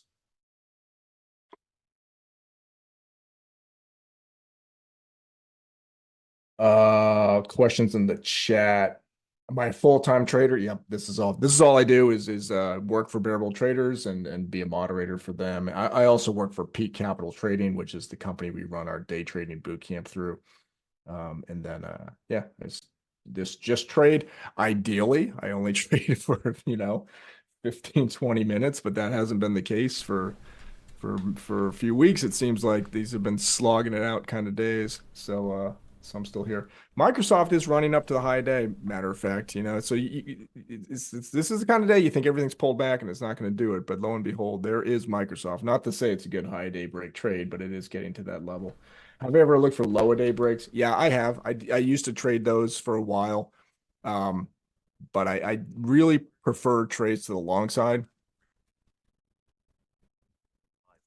And I've just kind of stuck with those. So here, man, see, Microsoft looks pretty good here. This is a tough one for risk reward because it's very expensive. So you got to kind of get in a bit heavier than you want to. 415.35 in the high a day. It's got good volume pushing up. It might be a bit extended as it comes into the high a day here on Microsoft. I'm gonna keep an eye on it. Maybe.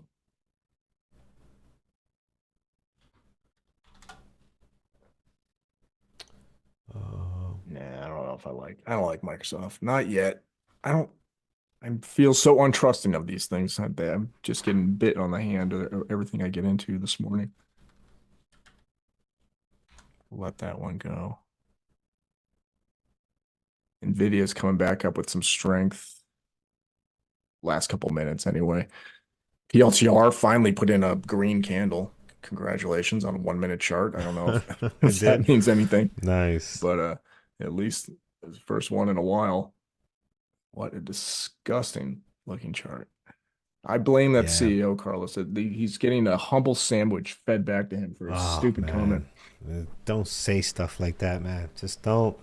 It looks desperate when you do that. When you have to say something as a CEO of a large company and you have to put out these statements that sound like you're trying to pump the stock. It's like, look, man, this isn't some low float, pharmaceutical company or something. This is the real deal. Like you can't be being this silly. Here's Uber friends. I'm glad I took this partial. If I get back down here, I'm gonna take another partial, another 20, and then we won't have much left. But I'm surprised how quickly this moved up. Like it waited for me to take a phone call to move up this much. Like why would you do that? But it's things are getting ready to reverse, I think, here. So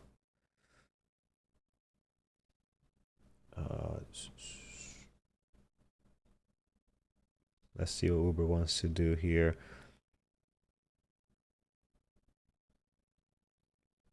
It's moving more aggressive. Like the entire PLTR drop put here. in a little bullish reaction.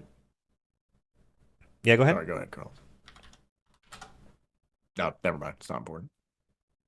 No, but you said PLTR. Oh, I see what you're saying. Oh, it's just it was fake out, like and it was then trying to do something, and then as soon as it gave up, it's even a harder drop. It's just it's still no tough, faith. man. I think a reverse though. I think it's again just when, right? That's the hard part. All right, I am going to thinking of getting all out on Uber. So yes, what I was saying on Uber here too is like it was a very, very slow drop, great drop, and then here it's like it's another stock all of a sudden. It's just trading very aggressive after this last couple of minutes. So I don't want this going back above 73.29 because we still got $1 plus on it. So I don't want to give a lot back. I mean, we have less shares, of course, but got to protect what you have on the table.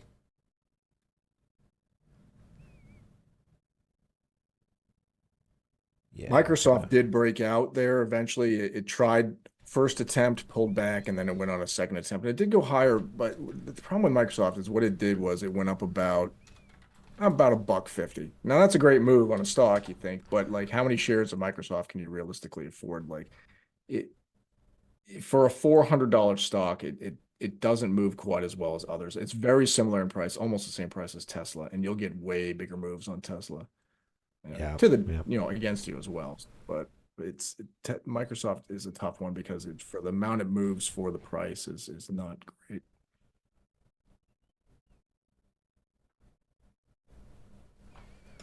All right, so all out on Uber, guys, just a few seconds ago here. It's looking to be a great reversal so far. AMD also pulled up a little bit, so you got AMD trying to get to above 209.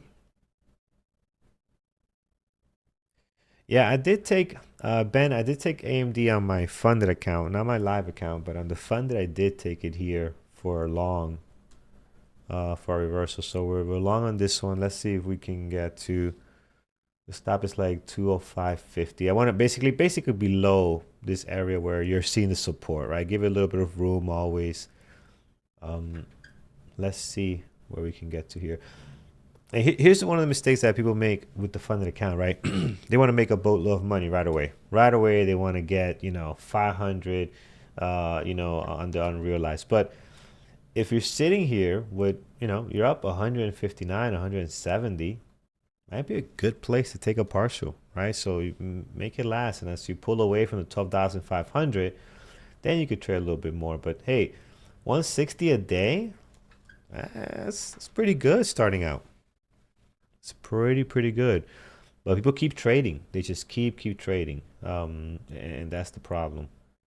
So I'm gonna take my advice here, and I'm going to partial. Let's take 25% off. When you trade less shares, you taking off more makes sense because you want to make it worth your while. Or else you're just gonna get killed with the commissions. When you're trading small, you're taking like 10%, 10%. It's not ideal. All right, so here we are, 209. I mean, yeah, and on my actual account, I would have taken a couple of partials already. So let's try to trade like that. Oh, this is where I make the mistake every time. Did it block it? It didn't take it. Okay, good. I do this all the time, John. Look what charts highlighted. My SPY, right? And this is where I lost money like this yesterday too because I wanted to get out on something and I didn't have the right stock selected. So let me select AMD and then do it here. Okay, and we're going to actually. I tried to trade one of those funded accounts just for fun to try to grow one and rub it in Andrew's face. I couldn't pay attention to it though. It's like I really got to pay attention to real trading. So like it was very distracting to have this other thing to like go peek at it, try to trade. And so it's tough. It's tough. All right, here it is. See, now I pull back from my entry. From where I wanted to get out. Question, please. Does Trade Terminal membership give you live trading with BBT? No, it does not. So there's three branches. Maybe it's the best way to put it, right? You got BBT, which is your community and education place, right? So here's where you go to get all your community stuff. This is where Andrew and Brian live trading lives.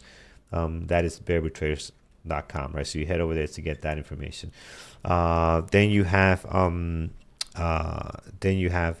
trading terminals, basically tools, right? These are your tools to like the funded account that I'm looking at now, your scanners. This is basically all your information as far as scanners, live simulator, replay simulator, all that stuff is on there. And you also have the funded account if you want to, trade a funded account. So you got all that stuff there. And then the other one is P Capital if you want to do the boot camp. That's if you've been trading for a while, you got some experience under your belt, but things are just not clicking. Maybe you don't have a solid trade book strategy. And you want to build that. That's where you go to P Capital, and that's an intense 13 weeks program where we're going to provide you with all the information to build a nice trade book, tons of materials. So it's a lot. It's a lot. If you're brand new, I recommend starting with BBT first, getting some of the experience stuff out the way, and then jump into P Capital if it's something that you want to do to get better at. All right, due to my lack of execution on AMD, instead of making $170, I'm going to make $40, and I'm gonna get out because I don't want to lose on this trade. I'd rather make some money on it. So we're going to close everything here. Let's see if we're going to hold. But we had 170 and I hit the wrong thing. Yeah. Let's get out. Let's book that small win there. Unfortunately. But we had it. We had it here, and just again the selection got me again. And then don't do things that on the funded account, don't do things that you would not do with real money. And that's a big problem. People start doing things that they wouldn't do with their real account. Like, you're not going to hold down $3,000, on real money. You're just not going to do that. So treat it like a real account. And look at that. We're up $300 so far. And just slowly build on it. So the funded account basically, Maxi, is It's not real money, it's a simulator. But if you follow all the rules that are listed here for you, so you got all the rules and FAQs and all that stuff. If you follow all the rules within 90 days, after 90 days, you'll get a payout up to $10,000, right? So there's some rules you got to follow. Got to be careful with the drawdowns, right? You can't draw the account under a certain amount. No swing trading, so no overnight holds and stuff like that. No penny stocks. So there's a couple of rules that you have to follow. And if you're able to do it successfully, Andrew will pay you out. He'll send you real money, like actual money that you can buy stuff with. And speaking of that, we're gonna give one away right now, a free one right now for you guys. So let's do that. Let's put funded account in chat. Let me set it up first. Hold on a second. We do a giveaway of a funded account every day, and it is time for that now. So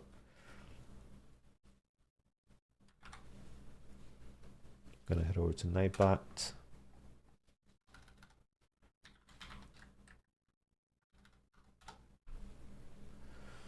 And let's get this done.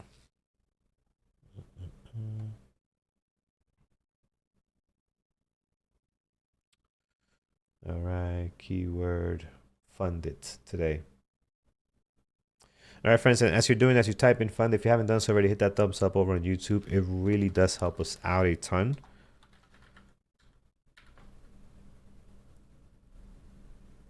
So we really appreciate it. All right, I just did it. So if you, it's just turned on. So make sure you do it again if you only did it once, just to make sure your capture on the funded account. So there it is. It's going.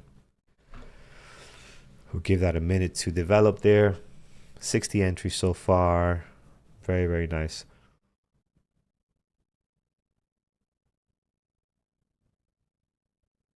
All right, Tesla did pull away. All right, PLTR doing some stuff. John, did you get back in anything? What's I'm in Nphase at the moment. I had a pretty good start to a move. It just came down to retest, and now it's bouncing again. I should probably. It's hard. My style of trading, I like to move my stop to break even and protect my losses, but I understand this is probably going to be a retest situation here, which is already done now, and I'm wondering if it gets back maybe to 51.80 or something, I might throw my stop at break even again and say that's the one retest I'm going to suffer through. And then it's just pray, because this isn't the greatest idea in the world, to be honest with you. Yeah, you know what? I'm going to do it now. So my stops at break even at 61.44. It looks like it's going to come tag it. It wasn't a bad idea. I caught a breakout. It wasn't a high a day necessarily. There was some resistance setting up around 51.40, and I took the break of that. And it did work initially. So like most trades this morning, I got the initial move correct. I just can't get the follow through. Gotcha. All right, friends. Market did go briefly green there. Yeah. We have 100 entries, 103 entries for the funded account. And let's see who our winner is going to be. So good luck, everyone. If you want to join the Lambos and Garbage Truck membership, you can do so. That is what qualifies you to be in there. Just go over to YouTube and click on join. I think it's like $5. No, I know it's $5 a month US. I'm not sure what it is locally for you, but join there and you get access to a bunch of things that are available to you. All right. The winner is 3, 2, 1 goes to Samer Hay. Samer Hay, congratulations. You're the winner today, my friend. Email me, carlos@bebertrace.com, and yeah, funded account for you, and we'll do it again tomorrow and every day, as long as we have 400 likes on the channel. So let's see. Let's do. That's gonna be the buffer. We have 379. Today was an exception, but going forward, we got to get 400 at least. But yeah, congrats, Samer. Samer Hay, send us an email. All right, beautiful thing, beautiful thing. Not a bad day today. Not a bad day today. You're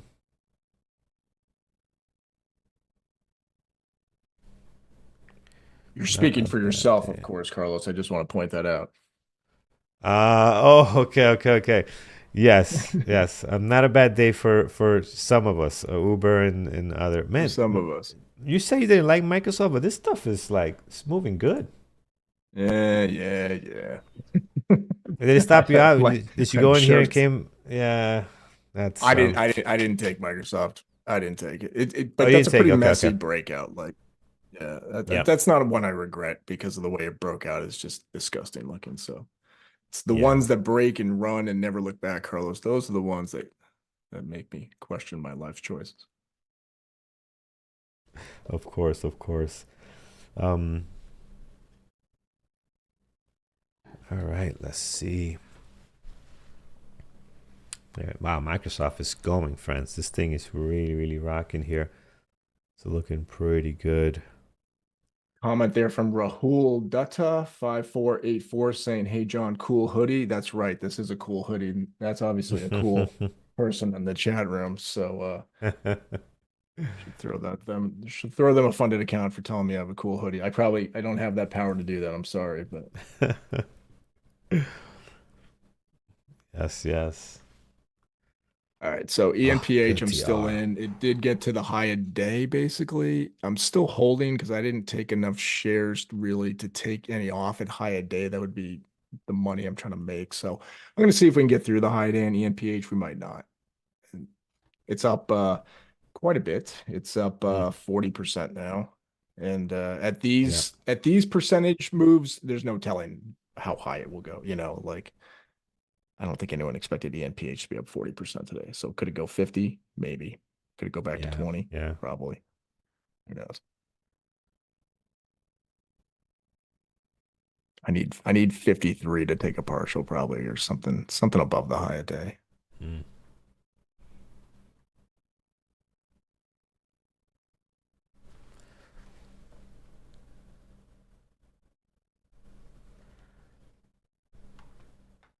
Yeah, Chris, I'm always concerned with when people use the hashtag fun. They like when it's done like 3 minutes later. I just think they're not live. Um, they're not. Their their browser might have fallen behind a couple of seconds, right? Or more, a couple of minutes. So always gotta make sure you're hitting the live button on X or even on our YouTube channel. Because if you minimize the browser or if you walk away, we don't do ads between the middle of the show. Those are I think I find those very annoying. Um, but you might fall behind a little bit. Also, make sure that the speed is up to live and you don't have it delayed. 'Cause that's another thing too. You can actually, I think, slow down the playback speed. So if you have it like, if you don't have it um, X1 or 1X, and over time you'll fall behind. You can end up falling behind 10 minutes on a show. So just be mindful of that. Someone calling out SMCI. Yeah, it's not quite where I want it to be, but yeah, I've got an alert set on SMCI, so there could be something there. We'll see if Nphase can keep going here and deliver me redemption this morning.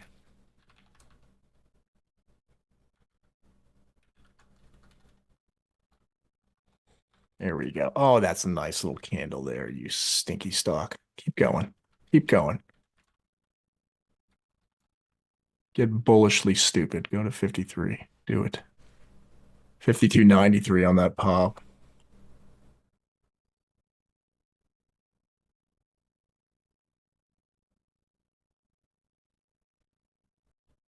Retesting the old high a day.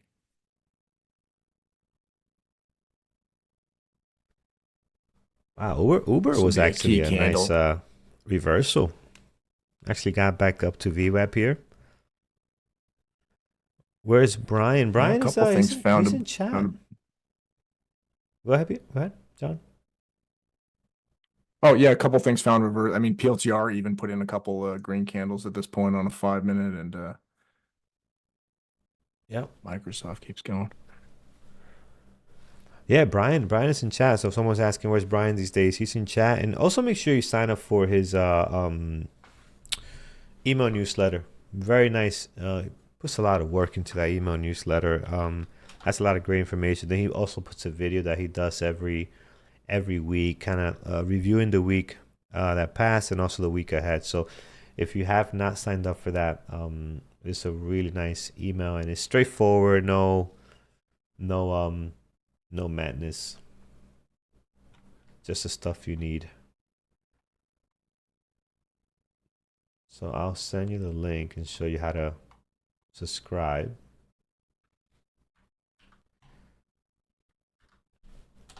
So here's the link, and what you do is once you get to that page, just scroll to the bottom. You're gonna get through all the membership stuff and everything else, and you're gonna see right here, I'm sorry, Brian's newsletter.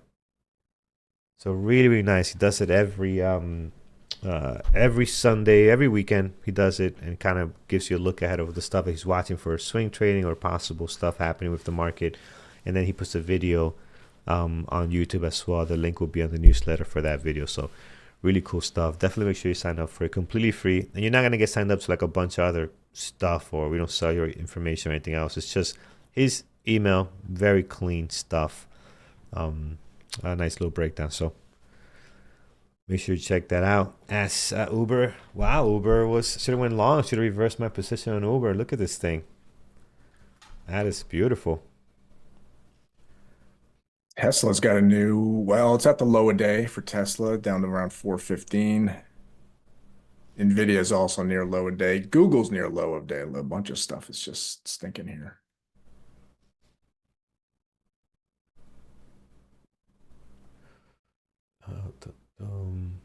Google's going to be interesting this afternoon, Carlos. I think that's going to be a big, that could be a big market driver. Yeah, that should be fun. It's been We doing have them really well. them today, and then we have who else? We have Amazon, right? I think it's the other one That's tomorrow, yeah. that we have. Google this week, today, Google and Qualcomm today are probably the big ones. And ARM used to be kind of hot, but not so much at the moment. But yeah. Google, Qualcomm, and Amazon tomorrow. Roblox can trade well. Not earnings, but on Friday this should be fun. I do like trading Roblox on Friday. So Friday, of course, we'll be looking at Amazon and Roblox. And what is Reddit up to? RDDT. I know the stock went crazy at one point. It's been humbled down to 155. Okay. It's come has come back to reality. 280. Yep.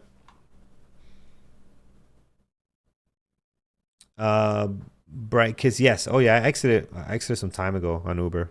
So yeah, we had let me get the right chart up here. We had the short here. We got our 2 Rs, took some more off because we felt the change in direction here. Then we took everything off here. So yeah, we're out of it. And actually, the way up was much nicer and faster. At least it seems that way than the way down. The way down kind of rolled off and just kind of say, hey. But here you got a really good pattern right to the VWAP. So that was pretty nice.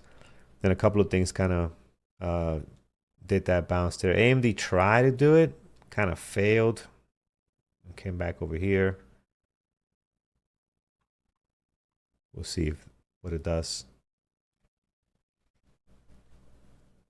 Carlos, you probably never really use X to like drop a rando comment in somebody's somebody's post, but I did this morning. It's something I don't even care about. I just happen to reply to something, and now my phone is just blowing up with like it has become just giant thread of conversation that I do not even care about. Like, how do you make these people stop? You never know what's going to set people off. Got roped in. Got roped in.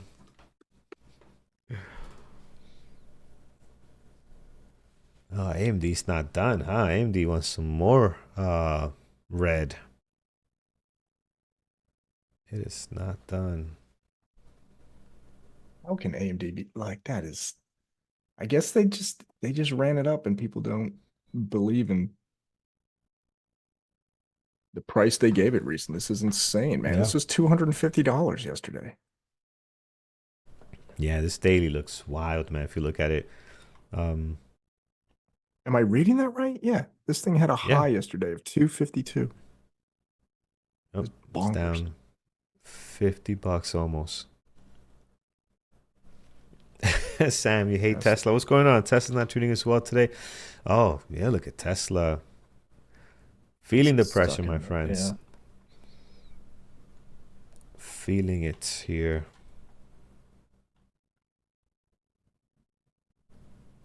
Does not give me a lot of hope for Amazon on Thursday for that one. That's my stock, Carlos. I'm Yeah. not feeling confident here. Even if they post good numbers, I feel like I'm gonna Are you in this push a in the face. long term? I've Swing been in trade it or what? since 2015 or something like that. Oh, okay, okay. Yeah.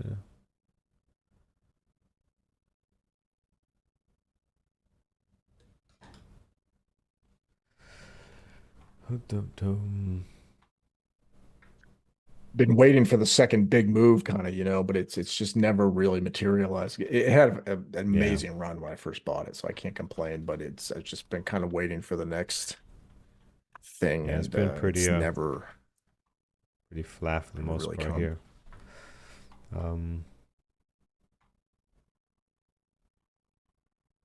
Oh, PLTR might go low a day. Oh man, it's just can't reverse like it's trying. It's a beautiful short. Wow, this is so clean. On POTR.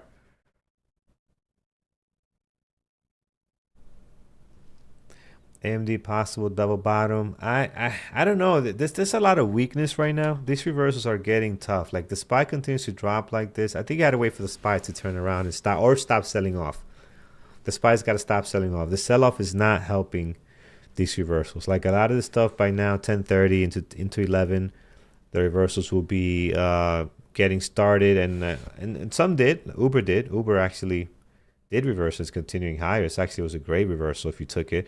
But a lot of other stocks are they're just again bending the knee to the overall market for the most part. So look at SLV lower, still green, up 2%, but it's definitely giving a lot back in this session here. HIMS lower.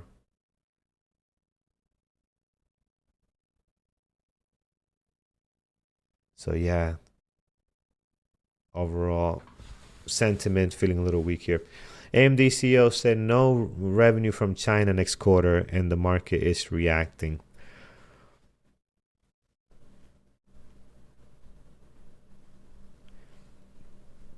Yeah, it's not good.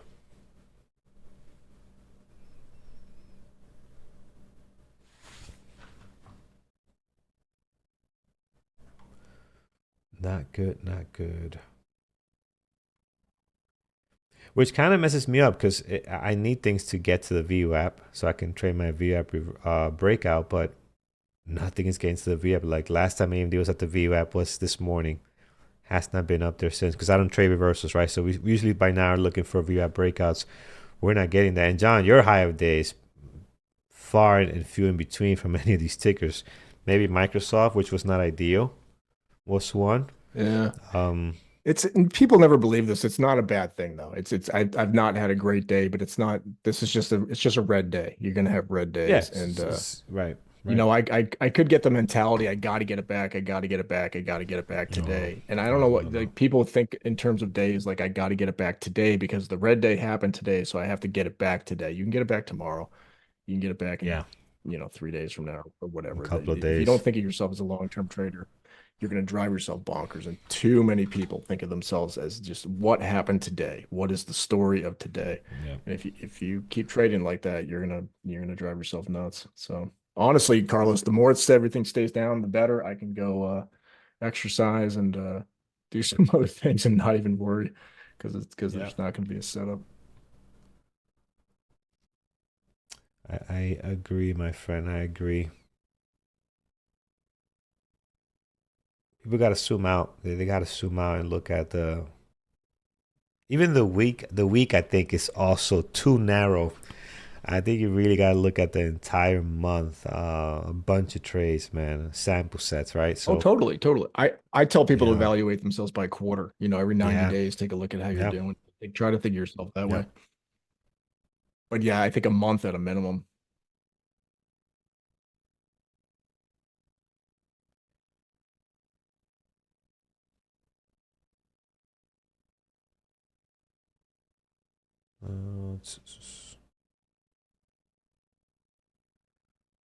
Uber continuing above the VWAP, so that's nice.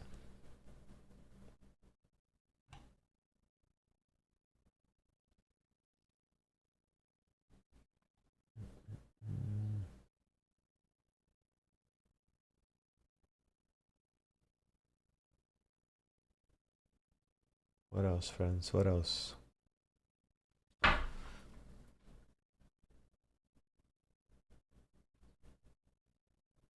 Um, SLV reversal. Yeah, it wants. I think you're gonna have some reversals happening today. Again, it's just the timing, Ben.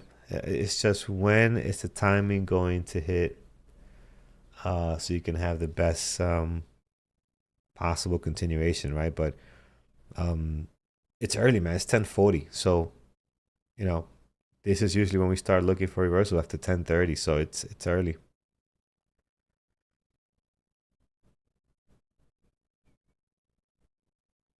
Are there days where both of you do not trade? I watch you and Peter trading for a long time, and it seems to me that at least we take one trade per day. Yes, for the most part, uh, yeah, we do take at least one trade, but there's been days where we don't trade.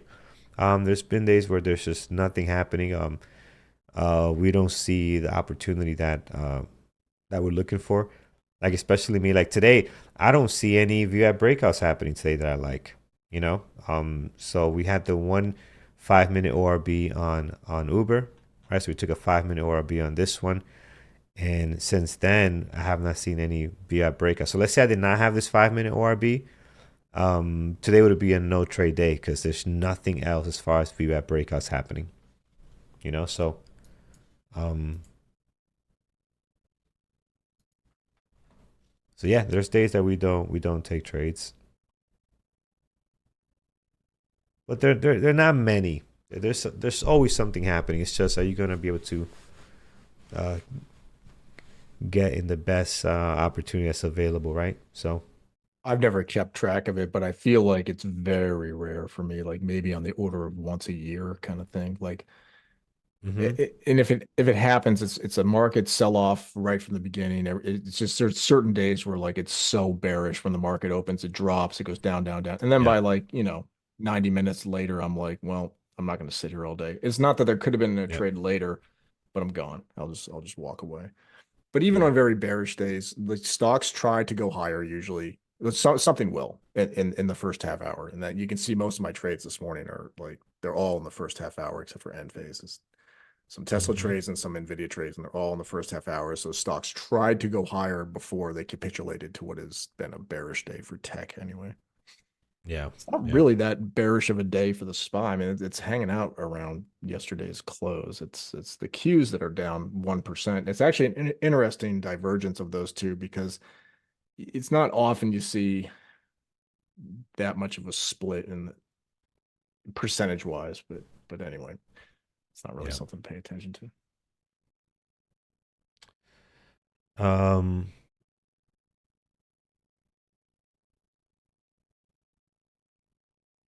what else?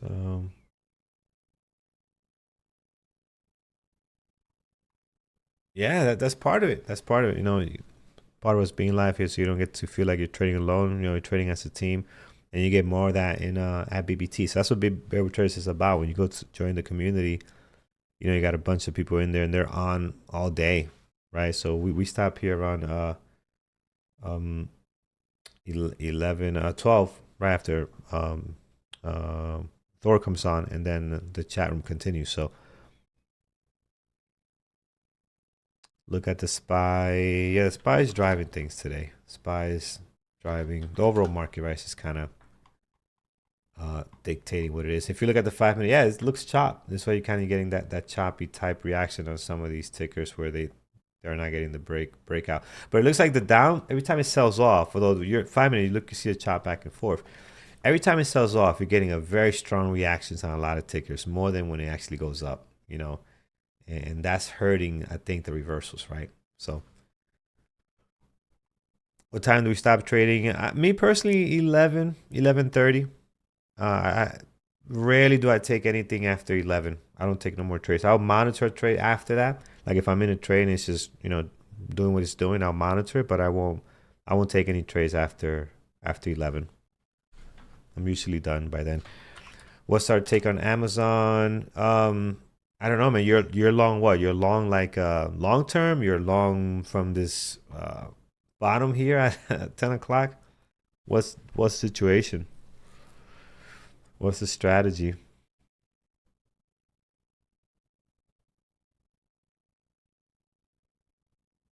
Long on a trade for today?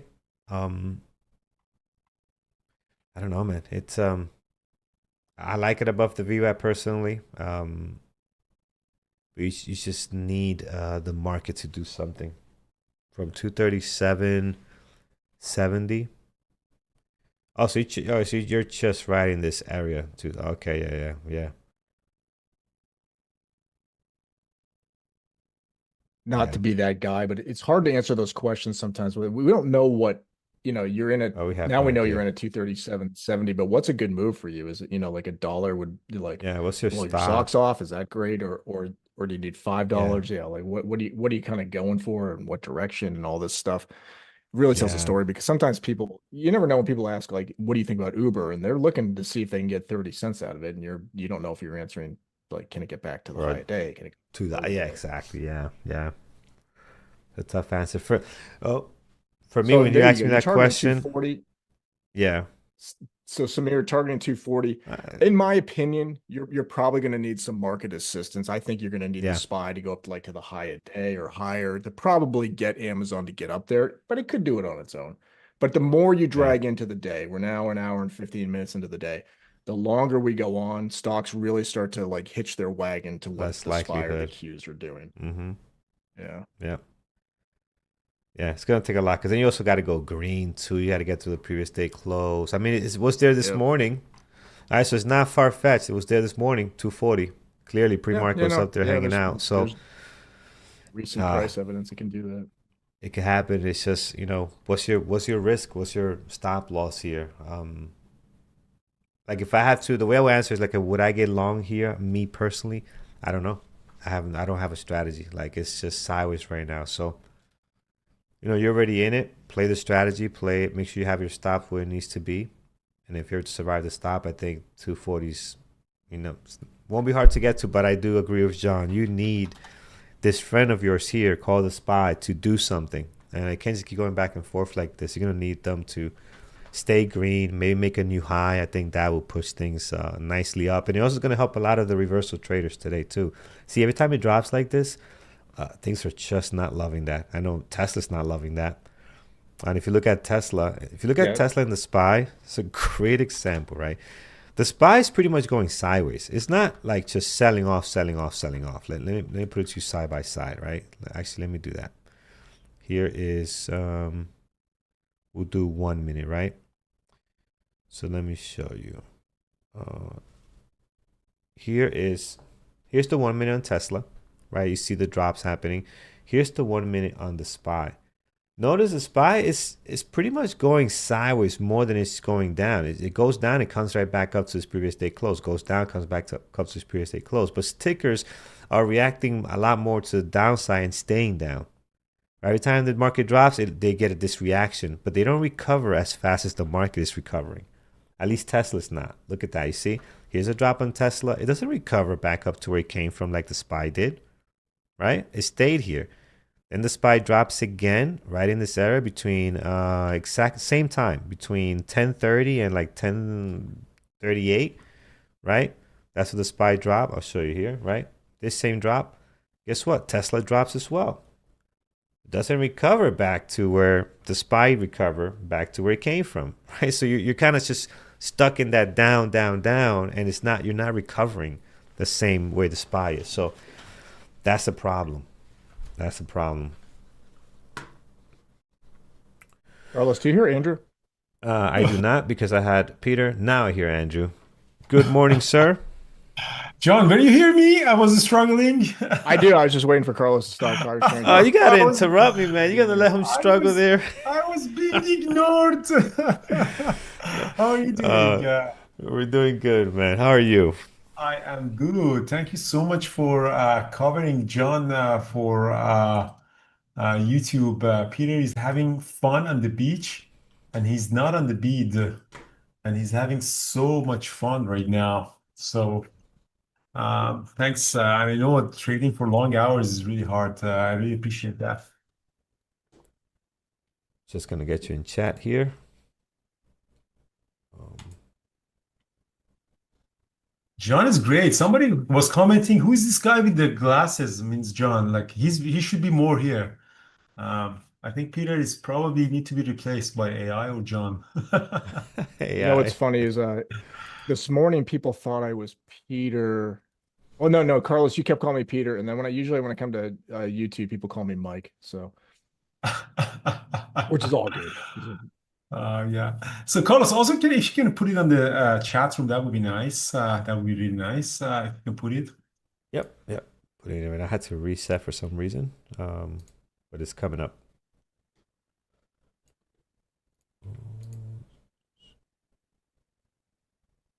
Perfect.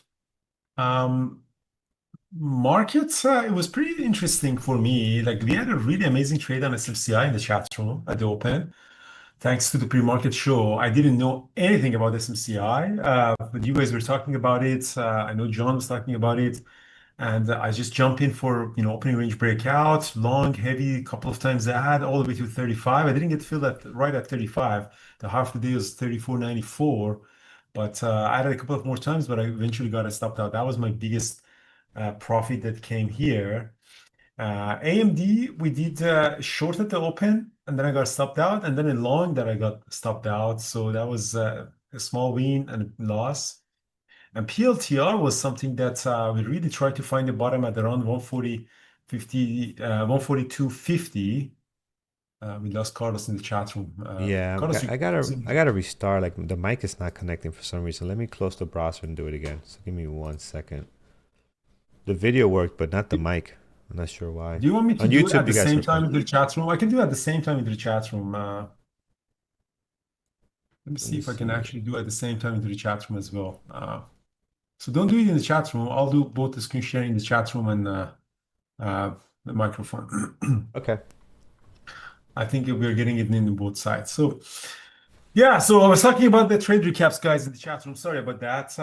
So yeah, we're talking about that we found this level in the daily chart on the PLTR at 142.50, which I'm going to explain where that level came from. And we tried to get a reversal out of it a couple of times. Eventually, we got some, nice move out of it. But I got stopped out a few times before that. And that level that a lot of people are asking is when you're coming, let me remove all the levels that I have. So when you're coming here on a daily chart, so you're trying to find the areas that are really bouncing, things are bouncing back.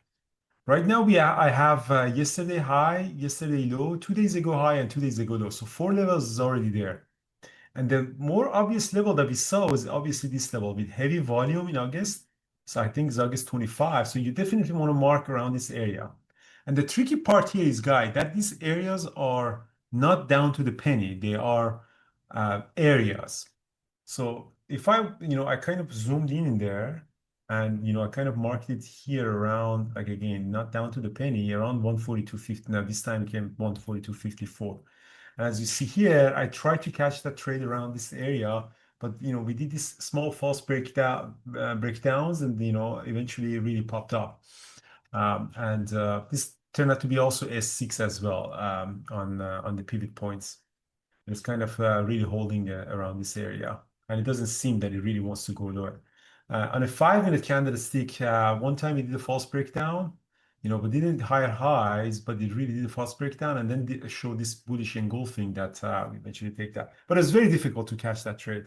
Atlas really helped, but also even with market Atlas, it was very difficult to really find a clear level for the reversal on that. So it was a little bit tricky. And Brian had a couple of really good trades as well. I don't know, Brian, what was your trades that you did?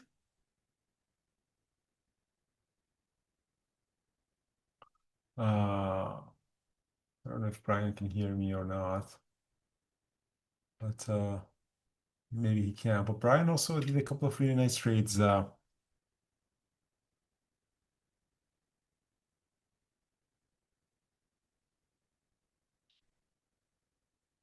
So we had a couple of Carlos, did you do the funded account? Did you give away the funded account to the YouTube Yes. trader? Yeah, we did. Nice. We did. Yeah, we had a couple of really good funded account traders. So we had this is one of our traders, Surpros. I'm sharing my full screen, so you can zoom in there so people can actually see. This is one of our really traders that traded very nicely in from early November all the way to the second week of January or first week of January. Go full screen, yeah. So made really good money, over $14,000 profit, and very good risk to reward ratio. The accuracy is almost 50%, so it's a very nice number. So 50% win to loss, that's exactly what you want. The average winner was more than average loser. That's exactly what we want, and that's the profit that he could get. But what he's struggling right now, he's gonna get the profit from us, but what he's gonna get, he's in this performance anxiety mode.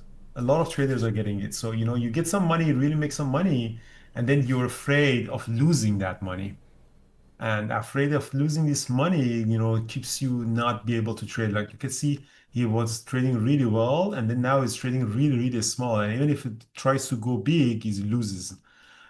So breaking this performance anxiety is very difficult, very difficult. And I hope that traders to see the path to become a trader is not only just a strategy and indicators and everything. Is also how to work through these phases of high performance trading. Okay, you make money and then you're reaching to a point that, okay, I can take that money out, or you can just continue trading on that. Like I have $10 million, I can take that money out and retire, or I can just continue risking it to make more money. And that's the performance anxiety shows up. Every night I'm thinking about, why am I doing this? Why do I do this? I can just buy a house, put this money in a bond, and then retire for the rest of my life. Why am I risking? So again, you're always questioning your risk to reward decisions in life. And that's what I think experience of funded account is very important for you guys to go through that.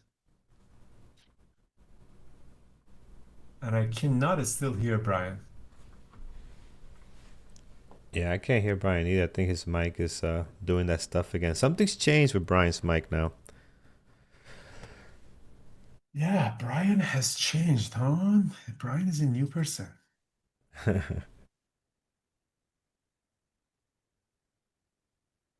So it seems to me that the trading was pretty good. I think Thor is here, looking sharp.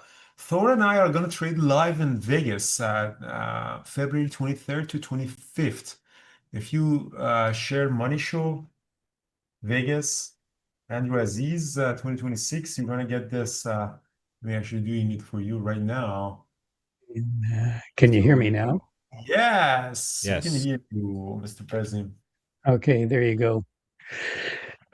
Yeah, so Yeah, I was just go going to ahead. talk about my trade here. So I did the my classic rising devil trade. So gapping down on AMD, trading below the VWAP. Those are two criteria, and then the last criteria, looking weak going into the open, and it went into the open weak, selling off, and then it popped up, hit the VWAP, and that's where I shorted it on that pop up, and then we got a really nice drop after that. So that was my opening trade right off the bat.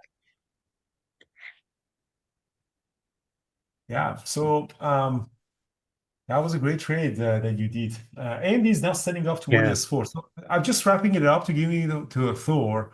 Thor, I'm excited to see you guys in 2 weeks or more than almost 3 weeks yeah, in Money Show. Absolutely. I know Brian is coming, coming up. Thor is coming, Ian is coming, and it will be really nice to trade live together, guys. You can just search Money Show Vegas 23rd to 25th. I have to have one presentation, one panel discussion, and one live trading session. You have to come out at 6:15 a.m. because Vegas is in Pacific time. So excited to see you guys. That's gonna be so much fun. Can't wait. Right on. All right, handing it over to you, Thor and Brian. Thanks, John. I really appreciate Okay, you see you guys guys. trading live and with Carlos and while Peter is having fun in on the sun, he deserves it. Really appreciate that. Cool. Thanks, boss. Yeah, Awesome. sounds good. All right, guys, take care. Take care, everybody. Good to see everybody out there in Tradelandia. So good to see everyone on YouTube. Hope you're all having a great day. I'm not having like an amazing trading day today right now, unfortunately. So this morning when I went to start trading, there was an issue with my brokerage connecting. So, and because of that, I wasn't able to really kind of get into my plan, and I was working with Peak and working with a whole bunch, like doing a bunch of juggling and stuff. So for me, it just didn't really seem, like a thing.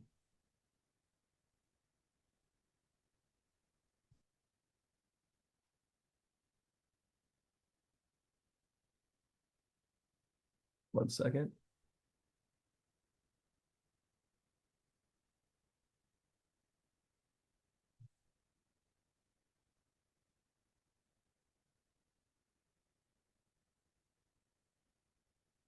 So, and we were getting this going. So I'm now watching RTY.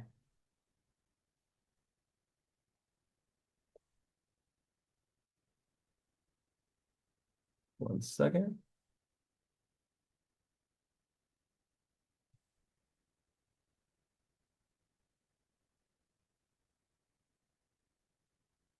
So I'm taking a look at we're trying to resolve a little bit of a technical issue right now, I think.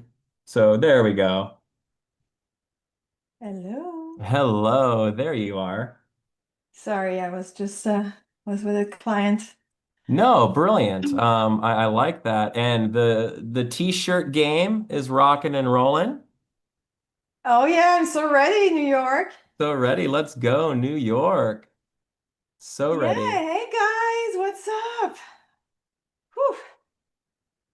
So I had Hello, a good I morning. had a bum day. So because of when I started the day, my brokerage didn't connect. There was like an error with my brokerage connecting. So I just kind of decided again, once I start having brokerage connection errors in the morning, I kind of lose faith in them working throughout the day.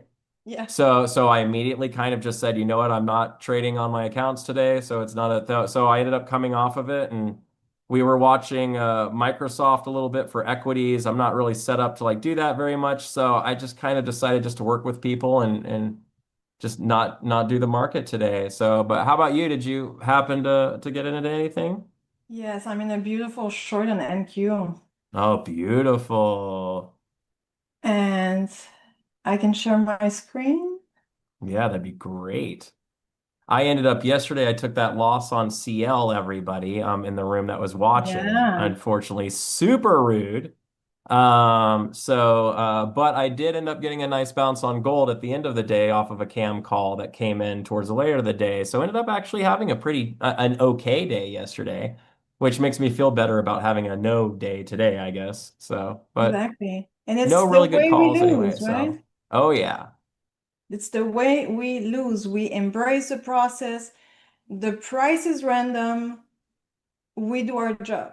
The job is to get in if we see a setup that we like and we have a stop, and then, it's not us. You having a great exactly. trade. If my trade hit my target, it's not me. It's the market that is so nice to me right now. Mm-hmm, exactly. I mean, that could be an 8 grand day if it reaches my target. I would be very happy. Hey, I'm happy. That sounds amazing. Yeah. Let's go. But it's never the wins, right? It's the control that we have saying, I was wrong and the setup did not work, and that's fine. It's part of the game. It's uncomfortable. Hello, Malik. And Melanie, hi. So yeah, it's never like how we win, how we make money. I mean, it's easy to make money because we're not uncomfortable. It's like, oh, the trade is green, the trade is reaching my target. But having a stop and saying, I'm protecting myself, like that's the real flex, right? For sure, 100%. And I couldn't agree more. You know, I had a really amazing month last month only because of my rule adherence.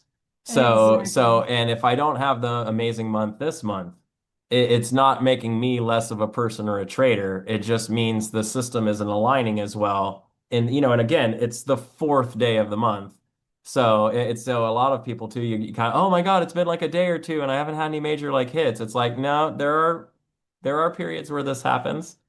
So, you know, that's one of the great things about, I think, when we've talked, like not being so attached to that and finding other things that make me happy in my life that I'm actually using for fulfillment. You know, trading for me is it's how I make money. So, and I got to follow the system to make that happen. All right, so I think my screen is on right It now. is. So yeah, my target is 57, and that would be an 8 grand if we reach that. Let's go. Oh no, it's turning around just before, like it does all the time. Jesus. So that's the part where you're making fun of me, okay, guys? Like, okay, like really? Are you gonna turn around on me like just like what? 10 points before my target? Would be so rude. And I have a monthly level right there. So it's a good target. So if we go on the 4-hour chart, yeah.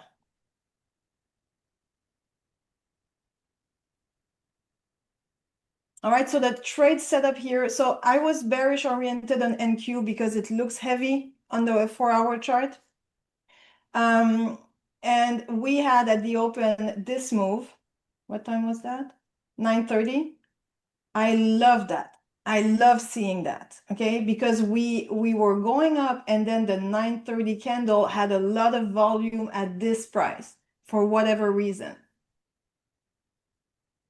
And then when I saw the double top, I had an alert there. I'm like, let's go for the double top on this.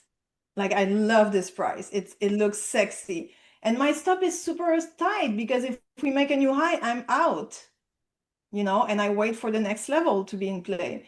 And also I had a level here. So I really love that double top. And it came so close to stop me out, you know, came back, again, rejected. And we have monthly S3 in the way. That was a bit a pain in the butt, no? But yeah, just a simple double top at this price with the open candle, like nothing fancy. I really enjoy the profit target location. This looks very fun. And it's S4, right? It's Hmm. highlighted now. So I mean, and this isn't one of the S4s we're worried about bouncing. We're in kind of a narrow range. So in theory, we could, you know, we're going to deviate today. So I actually would look for a big bounce here. So keep it going. Let's go. Guys, do you have questions maybe for the psychology day today? Like I want to hear your questions, your struggles, your win. Like I want to hear you. It's February. We went through January. Like how is it going for your goals, your performance goals this year so far? And do you have any question for me? Come on, while we wait for this. It's going to do it. Just think. The volume looks great for this to continue. So We'll see.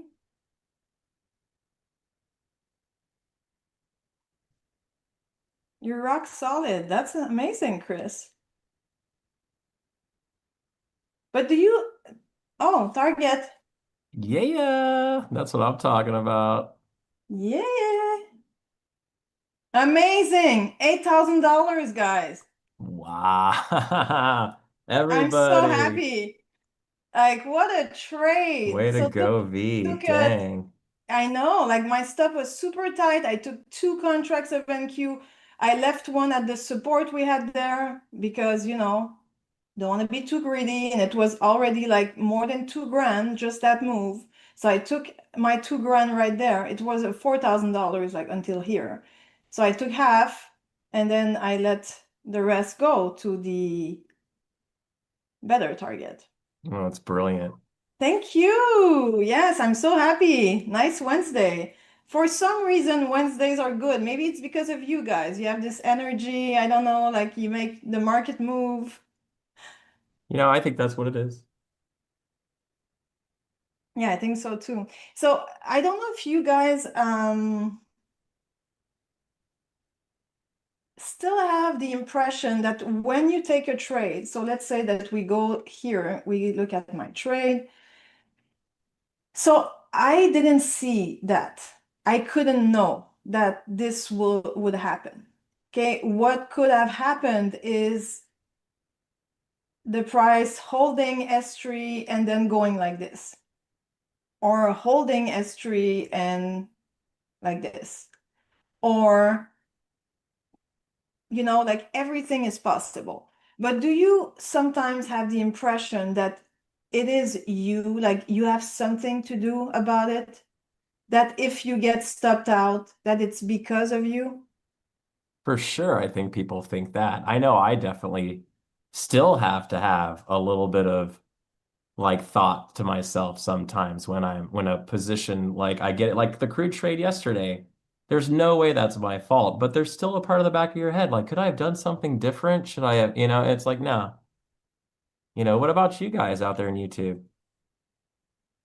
Like the pain, like we have pain when we get the loss, but what is this pain? Because you couldn't like know what would happen next.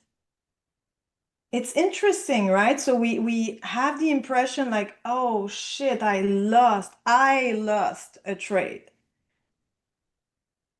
It's very important, I think, to remember like it's not you. And again, it's the natural way of thinking because in life, if something doesn't work, when we did everything right, I mean, it's us. Like the first thought that we have is like, what did I do wrong?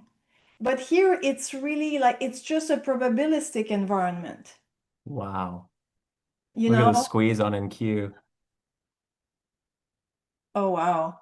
Because ATR low and S4 were there and we were talking about how it was going to act probably like a wider range today, I went ahead and grabbed the low off right off of ATR low. So you're in? So I'm long in Q. My average cost, Nice. yeah, and I went 3 contracts. Oh my God. Okay, so we switch screen now. Share your screen. I want to see it. So I So we have don't. another live trade. Guys, are you like, this is awesome that you get live trading, psychology, like hanging out. So we'll That's see how awesome. this comes against me, but I'm not. This is a little bit off the normal play because this is a narrow range technically. So I normally wouldn't play long off of a narrow range back to the inside, but in our morning group with V and I this morning, we were specifically talking about how ATR low is at S4, so this is going to be a really wide, narrow range basically. So there's potential here, but this can still go against me. So I don't, maybe not be so convicted on this one, but we'll see how it goes. I like it. There's a monthly level also there, so it's a good support. So maybe on this, like at this point with the move I have, I could probably already just like move it up to, at my entry. And if it comes back down, it's probably just not viable. So but it'd be a nice little stab here, see what happens. But I'm gonna go for, see if we can get back up to, 25, 200 and change. I mean, it'd be a nice move. Yeah, the 220 support is a good level there. So you can see here, he threw my chart up here. So you can see here, as we were coming down, I saw the heavy selling. And then as we pushed down to make lows, we had like just no volume on the push. So, and then as we wicked ATR low near S4 and then came up, I hit the new high right there. Just threw my stop right below low of day or a little bit below that. So we'll see what happens. But for now, Three contracts. You're a baller. so I'll go ahead now and I'm just going to come right up in here onto the base of the big candle. We should not sell back through halfway and then back down. If not, this isn't directional, right? So I'll let it take me out, see if it makes more sense then, and then maybe get back in. So for me, we are still under the downtrend from this morning though. But you have room to make money. See what happens. See if I can make this one work. If not, it's all right. This will be this is my only futures trade I've been able to take today because my broker was down earlier today. So I had to really be patient to wait on this. I also like how we found these large buying candles as we were stepping down to this level. So it kind of seems like we're coming into something. So where would you go on? I mean, technically the target on this one could be a movement back to the CP. It'd be an incredible move. I would be happy with 220 personally, but I'm happy now. Exactly. Like, how much are you like right now? Right now I'm up $3,000. I mean, just, you know. So, but you know, if this wicks back down, I'll just get taken out. It's no big deal. You know what I mean? And like V was saying, I don't take what happens now personally. Like I'm really stoked about my entry, how it works, how it looked, where we're going. You know what I mean? So it's like if this doesn't end up working out, it's like it's okay. It's no big deal. We'll just take it off and we'll just go back to the, psychology. It's what we do. So yeah. But anyway, while we let it marinate. But I love that you're taking the opposite trade as me, like. Oh yeah, but this is why I'm going to lose, right? Because I can't trade against you. The market will not allow such a thing. It is heavy. It is heavy. It is still contained in the small downtrend. I mean, yeah.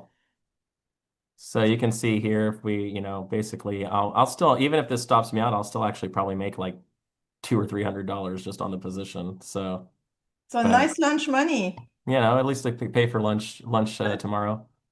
So speaking of Friday, yeah, there we go. So I'm out. So a nice little try there, but that was a big pop in price. We should not have given that back up. So I'm gonna let this go back down again. If we come down here and hold again, maybe I'll try it again. But for now, that'll be it. That's fun. Yeah. I mean, it's trading, right? It's doesn't always work, and that's fine. So you were saying tomorrow So we are you say it because you have the shirt. Yay. We are going to New York City. So this weekend. So we're going tomorrow and party time in New York City on Friday. If you guys are there or around it, join us. That'd be great. Let's have a party. I think Friday night we're gonna have like a spot maybe even to hang out. So if anyone's in the New York area and wants to come say hi and hang out with us, I think it would be so much fun. Yeah. All right, I just want to read the chat because I asked if people had questions. So Chris is saying that women with PhD are better traders. And yes, your wife would kick your ass. I think so. Because his wife has a PhD in psychology. So he's like, she will destroy me. Yeah, 100%. Exactly. It's probabilities. So we want to protect ourselves. And when we lose, we have cute, sexy losers, right? We don't wait for the price to go like so much against us. We have a technical level based on technical analysis that it should not make a new high if we are going short, and it should not make a new low if we're going long, like Thor was saying for his player just right now. If they want to go, they should go, right? If they don't want to go, we cannot fight against that. It's amazing. See, good reason, good decision there too. So, because now we're all the way down at S4. So, exactly. So maybe we'll bounce on 25,025. That's my monthly level. So Key 10 is asking, I lost 3 hours yesterday and I'm at 2 hour plus 2 hours today. How do I prevent myself from over trading today just to make back that additional hour? So you have to remember, Key 10, that every trading day is a new day. You don't keep score. So Monday or no, Tuesday was you lost 3 hours. You respected your rules. You said, that's my max loss for the day. So congratulate yourself for that. You respected the process. You are a baller. And period. Okay? Period. That's the reality of things. Now your mind wants to shift back your focus to the outcome of trading, which is a trap. It's the biggest trap of all, the outcome. So now there's a part of you that wants to make the money back because it's a very human thing to do. We want to make the money that we lose back. It's just the way it goes. And it would be very not normal for you to think otherwise. Okay, so very normal. Again, here, it's not normal. I told you guys last week, we are crazy psychos, traders. It's so true. But be a crazy psycho with a plan. Like a serial psycho, right? Not just a random one. Like a psycho with a we are crazy. Nuts. Because we stop thinking normally.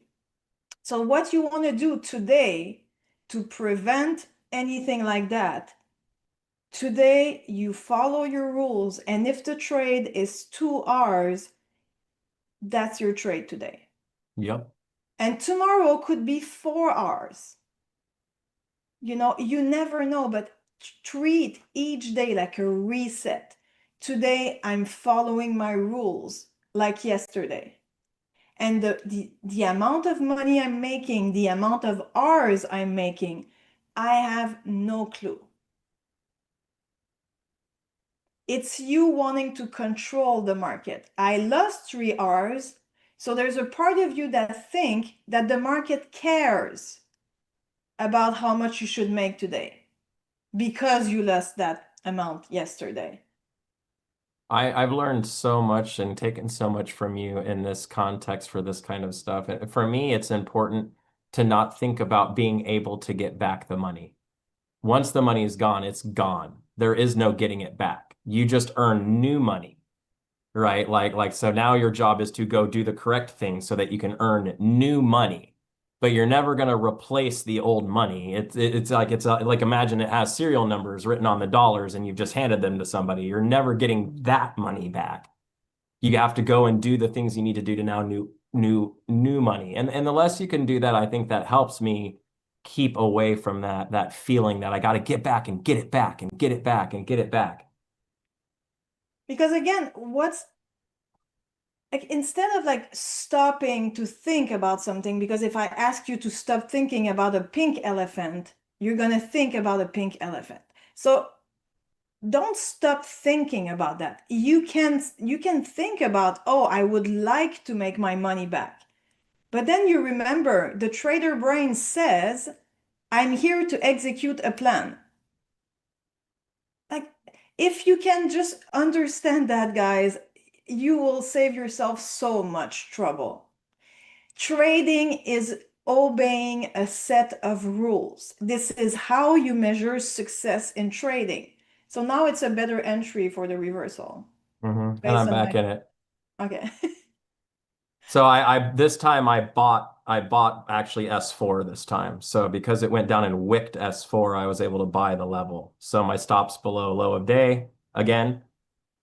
So and this time we're breaking the downtrend that I have. So it's a better entry. So I got stopped at my break even, right? So this time we went down, and when we sold, the volume was the key here. I saw this really heavy sell candle that left a wick. So as this candle was closing, I went ahead and longed and put my stop right below the wick. That's a great entry. I love this entry. So we're at ATR low, S4, low of day all together now, right? So, and let's see what we can make out of this thing. But again, now this is a moment because NQ is a big contract, right? So like I don't like to let these go against me for very long, right? So I definitely don't want, like, now that it's popped again, if it goes, it goes. Like we had this big pop. It shouldn't need to come back all the way down here again.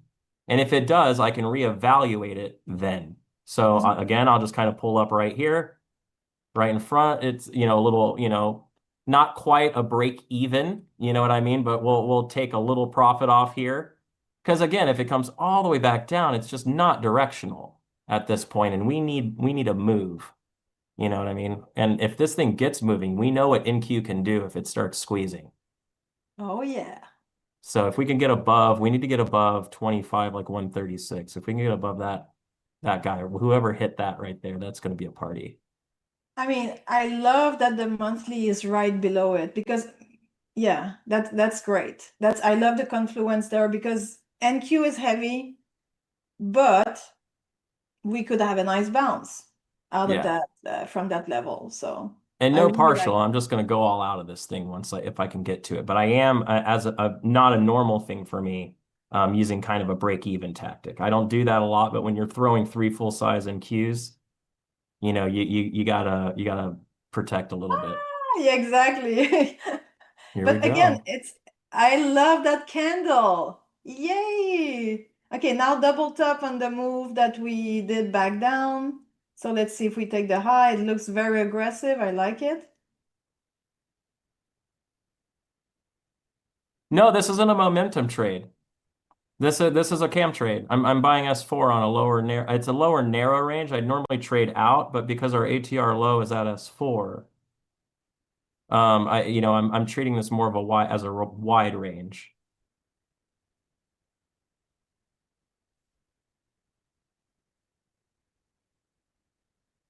I mean, it's highlighted by the indicator, so Yeah, this is lovely.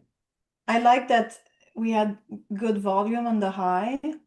Now we have to pass the double tap there.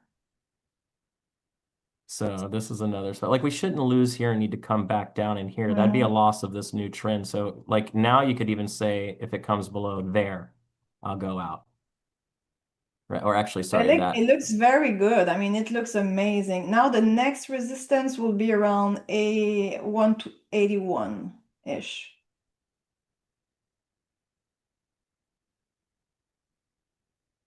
But it looks good. I mean, All right, I'm this could be gone. big, actually. So does that make sense to you, Keaton? Yeah, okay, you just replied. So it's always, always, always, always, always, always, what is my job as a trader? Ask yourself that, and the answer should be executing a plan. It's a very boring job. It's a very mechanical job. And there's just nothing else to it. But then the market, they want to get you excited. That's their job. They want you to become emotional, excited, but you can be. Just feel it. That's it. The behavior is a choice that you make. Having the emotions, your brain doing its thing, doing its biology, and you're very happy that your brain functions well, but your hands don't have to follow your emotions because they're not part of your plan. And the only way to succeed is to be an obedient servant to the rules, to the price. If you fight, you're gonna get burned and punched in the face. Right? You can fight. You can. It's your life, it's your money, it's your account. I'm just saying, become obedient sooner than later.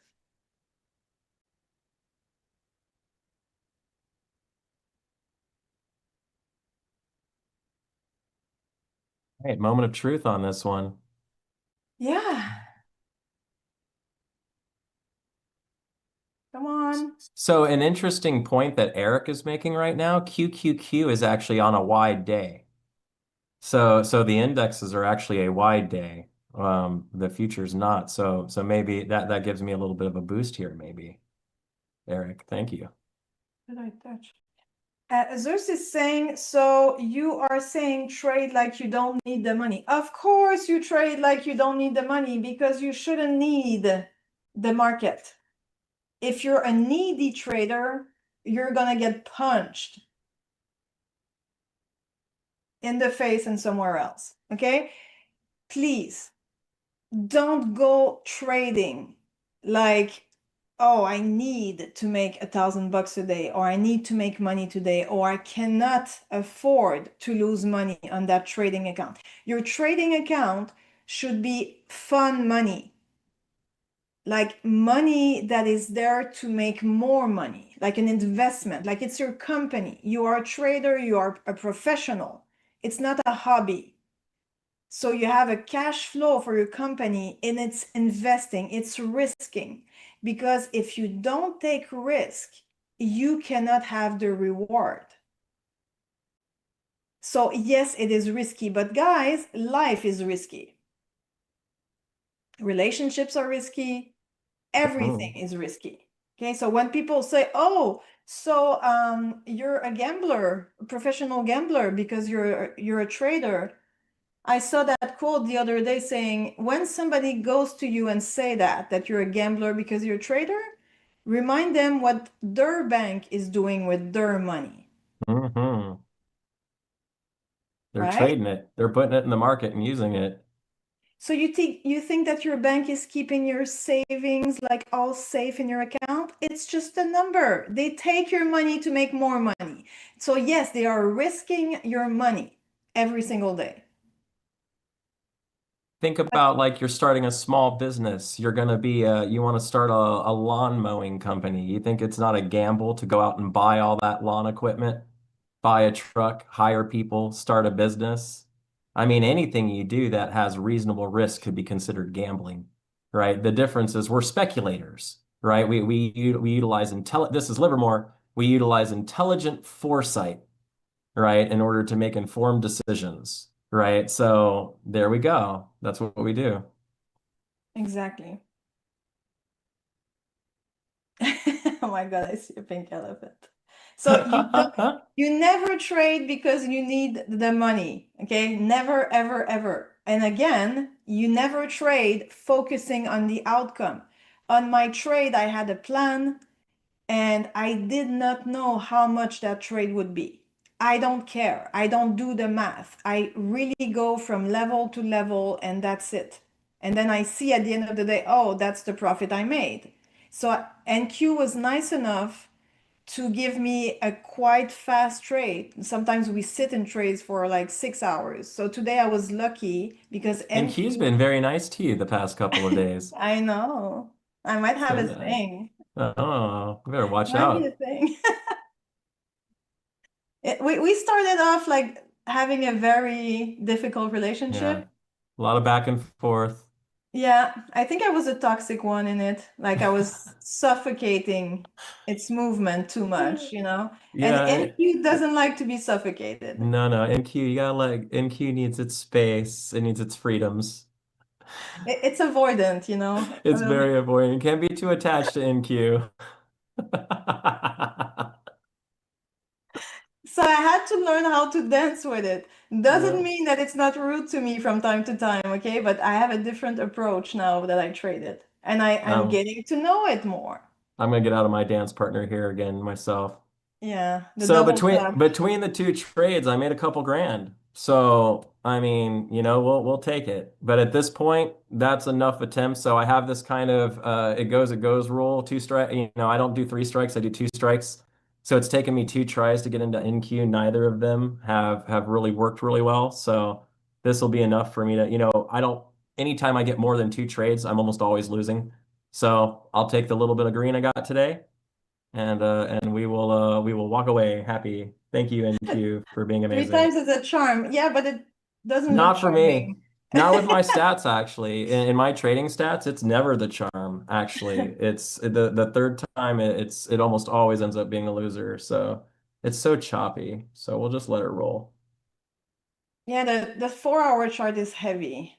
I mean, what happened yesterday was not a good sign for the bulls. Let's just say that. We had a beautiful like move, very bullish on Monday, and then they said, nope, the gray line, we had a resistance on the 4 hour chart, and they said we're not going higher. And the two candles that followed that on the 4 hour chart were bloody candles.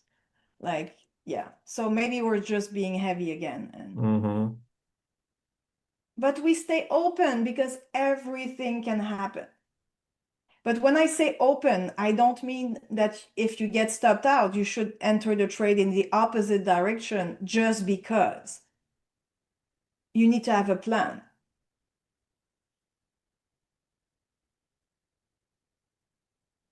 NQ is being so fun right now. Three is a charm. So maybe Melanie will be right here. I mean, yeah, that's fun. It's fun, but I'm not gonna do any more. That'll be it for Because me. you have So, rules. That's a yeah. beautiful example of following the plan. That's how you survived. And you made money. You know, now we have dinner, right? Absolutely. Plenty. Yeah, we're good to go. So the thesis was an S4 buy off of ATR low.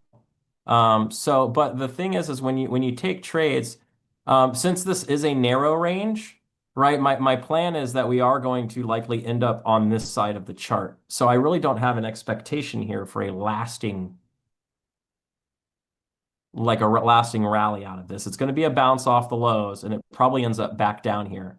So when it pops away, and it should not need to reoffer all the way back down here again, but it did. But then it held up really well. But this time we made higher highs, but our volume actually dropped as we made higher highs to this. Like we went up and actually, well, we didn't make the higher high. We got close to it. So we tried to offer this area to buy, and our volume tanked. So this actually looks like a distribution.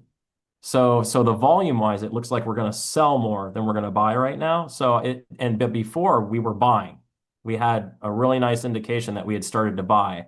That buy attempt is not happening. Like we gave up. So I don't want a long anymore because it doesn't look like a long anymore. So if anything, this might be a trend continuation now through S4 to the downside, which is the appropriate play for NQ technically. I love it because then we lose a monthly level. Juicy. I like that play a lot. Wow, we could. I mean, that'd be great. Oh, ATR low is sitting there. Yeah, it's true. Yeah, it's not brilliant for a trend down because ATR is in the way. Yeah, So it's that's not why the I best. won't take it. Yeah, it's not the best. But if we lose a monthly level, that's good. But But I'm no longer really interested in bouncing this, although it could be still. It's just now with the way it's acted, it's just not brilliant.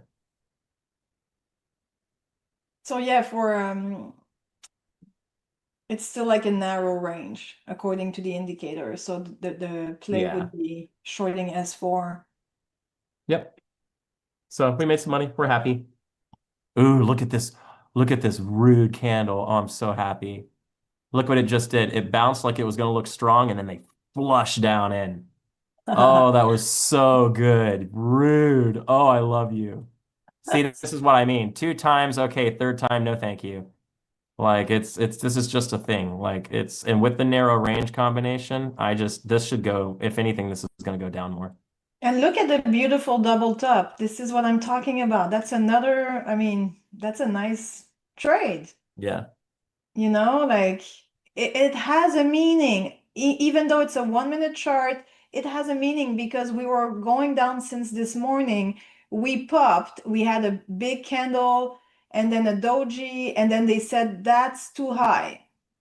We're going back to the level to look for buyers. Look at the psychology behind it. So they said, nope, it's too high. We have to go back. We don't have enough like fuel to go higher. So let's go back and get some more fuel. And then they go back to so when we reach again that price, they have to demonstrate that they have now enough fuel. And no, they did not. It's just a fake bounce, you know? Mm-hmm. So yeah, if we come back to the line again, for me, it confirms the idea that we are heavy. People are not comfortable buying indices today.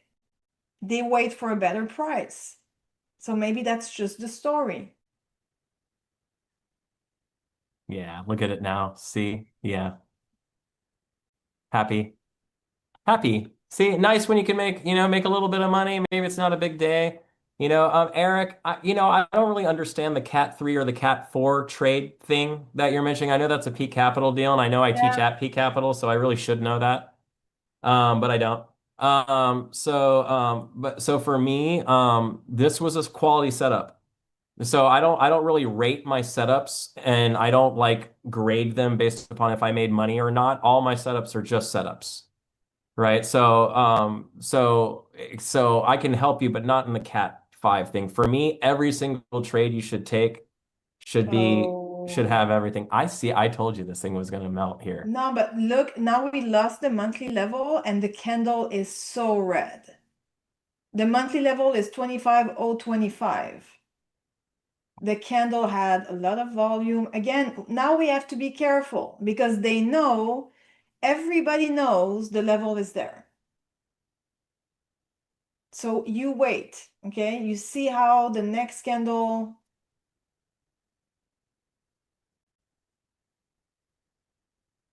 and we're making a new low.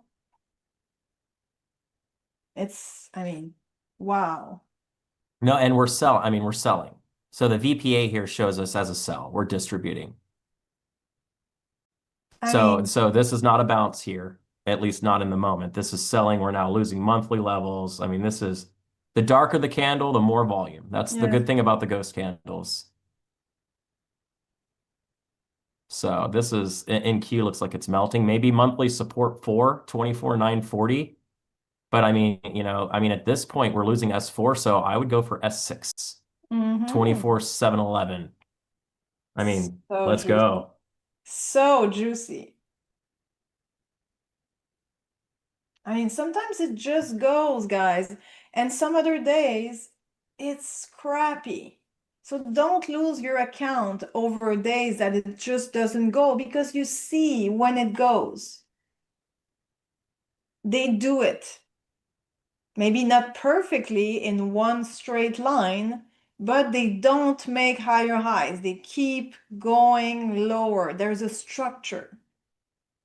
So my stop today was above the high of my double top. They shouldn't go above it. That's just simple.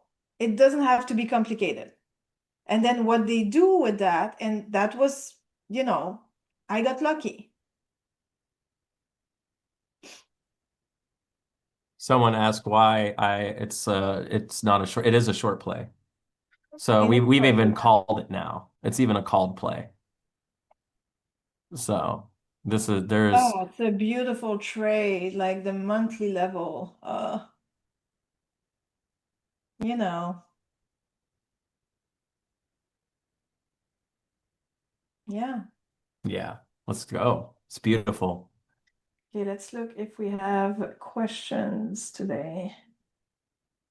I use Interactive Broker as a broker, and I use TradingView to trade.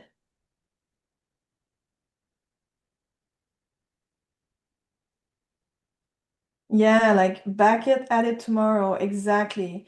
So somebody had a rough day. Try to analyze why 5 red trades. Was your stop good enough? Were you trading emotionally? Because 5 trades is a lot. Mm-hmm. And most potentially you took the 5 trades on the same setup. So try to understand what happened. And I mean, I would say like 80% of the time, it's the stop placement, the problem. Or it's the sizing. So you get too emotional when it doesn't go your way. So as soon as you enter a trade, the money is gone. You are investing the money, hoping to protect it and make more. Okay, that's the business. So you enter that trade, and if the size is too big, if the loss is too big for you to lose, let's say $500 on the trade, size down and let the thing go. But be ready when you go in the trade that you have to take the heat. It's on. You are now vulnerable. And yet, many people, they have, me included, I was like that too. We have 1 foot in, 1 foot out. Like, we want to make money, don't get me wrong, but we don't want to take the discomfort that comes with it. Okay. And I read this weekend that apparently, but I need to check the scientific data on it, if there's like publications, but apparently if you do something uncomfortable the first 60 minutes after waking up, you're gonna set your dopamine for being more resistant to delayed gratification during the day. So if you go to the gym first thing, if you take a cold shower, like I always end my shower now in the morning with a 1 minute, I try, okay, 53 seconds this morning. But the goal is 1 minute of cold shower. There's something about being uncomfortable there. That's an interesting idea. I might give that a shot. Oh yeah, that's amazing. Or if you don't have time and you took your shower last night, whatever, just wash your face with like a nice soap, something that you like, with cold water. It is also very good. Okay, so try to find in your life, so how can I push my limits outside of trading? I read this amazing book. I forgot the title. It's about self-mastery and willpower and all that. And one way also you can train yourself for delayed gratification and for increasing your amount of willpower that you have each day, because we don't have a lot each day. One exercise was to try to eat one meal with the opposite hand. So I'm a righty, so I'm trying to eat with my left hand. And every time you go to the gym, try to change something in your routine just to build that mental capacity of handling discomfort. When you are in a trade and it's not comfortable, you sit on your hands and you do the experiment of developing the trading brain, which is sitting in pain without doing anything, without reacting. Yeah, brush with left hand. Wim Hof. Yeah, I love Wim Hof, Well, All what right, do so you... I just tried the cold shower thing. Let's see how it goes. No, I'm kidding. I had to check Oh, my that was door. fast. Someone said Thor went to try it in the chat. I was like, That's so funny. Now I have my phone next to my shower, so I look at the time there, and I have an alarm that goes off after 1 minute. 1 minute can be a very long time. Oh, look at the melt. How you nice. Oh, let's go. It's dropping. I'm so happy with it. Wow.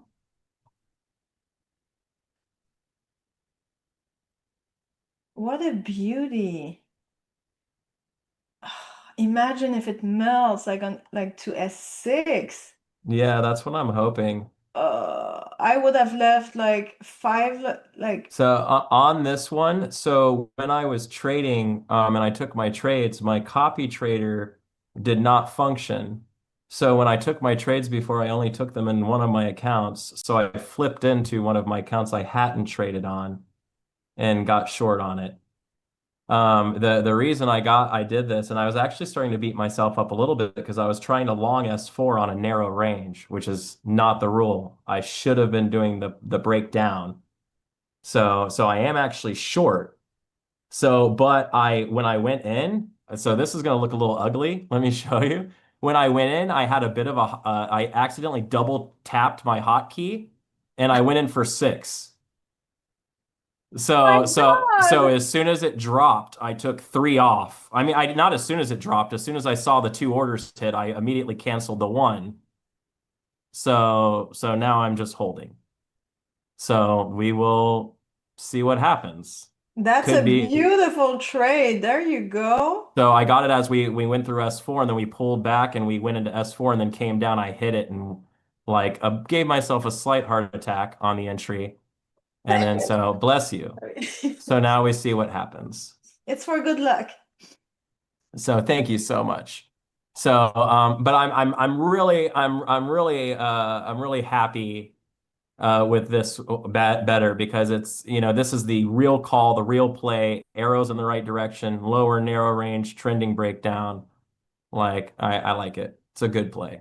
And we are So contained in this beautiful downtrend, very steep, very like, it's beautiful. I like it so much. but yeah, look at that. I about freaked myself out. 6 contracts I immediately bought back 3. I'm holding 3. That's so scary. 6 I mean, one day, right? So someday, I mean, I guess if I had, I should have just left them. I'd be like at 10 grand right now. But anyway, I mean, we're gonna see. So right now, It's so beautiful. I put my profit target at S6. So let's see what happens. And then maybe if it bounces and comes back through trend, maybe I could get out at this point. But I'm so happy with this play right now. Like, and I actually feel really happy because I was a little like, after I took the first 2, I was kind of like, that didn't follow the rules. I'm kind of bummed now. I need to do the right thing here. So here we go. Wonderful indicator, guys. Like, it's just solid gold, this thing. It's printing money, basically. Yeah. All right. So Eric is saying I can't stick to my plan. So it's totally normal. Okay. We all go through that process. I'm really happy to read that you have a plan because many don't. Okay. I didn't have one. It took me a year and a half to put a trading recipe together. Like I just couldn't. I thought I knew what to do when I would be in front of my screen, right? And I'm a psychologist, which is scary, right? But we are human. That's the problem. The survival mode is kicking in like so much stronger than any part of your cortex. And it's a good thing, right? But not in trading. So you have a plan. So now maybe your plan, so good job on that. So maybe your plan is too complex. So you cannot follow the rules because there's too many of them or you don't quite understand them. And make sure that your rules, guys, for entering a trade are very visual. There's a level. It's like a fence. Okay, if I want to short a resistance, the price should not go above on the other side of the fence because there's 2 animals fighting, 2 groups of animals. Okay, bears are fighting, there's a fence, and bulls, they're fighting, there's a fence. All right, so you want to align yourself with the group of animal. So if you're shorting that, what are your criteria visually to enter a trade? Simplicity, please, because sometimes we don't follow rules because they're too complicated. There's too many. We're looking for confirmation after confirmation after confirmation because we want to seek reassurance when there is none possible here. Get your mind wrapped around that concept of the only certainty is uncertainty, and uncertainty is one of our worst enemies. We hate uncertainty. Especially if your personality, you are more anxious, right? You need to have some muscle, like to build some muscle to tolerate uncertainty. And how do you build the muscles to tolerate uncertainty? Is to sit in it and see that nothing threatening happens over and over and over again. So your brain desensitizes So I would go back to the plan there and see each day when you don't follow the rules, which rule is most sensitive for you to follow. Like you cannot follow like maybe this specific rule. What are the thoughts that goes through your mind before you break the rules? There is always a thought or a series of thoughts, but they are so automatic that they're hard to grasp when we don't train the mind to do so. So what is going on? Like, try to really identify what's going on. I would start with that.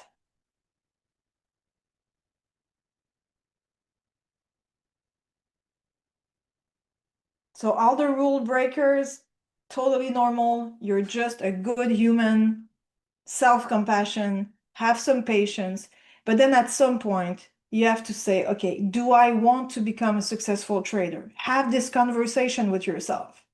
Not like, do I want to make money? Of course, the answer is yes.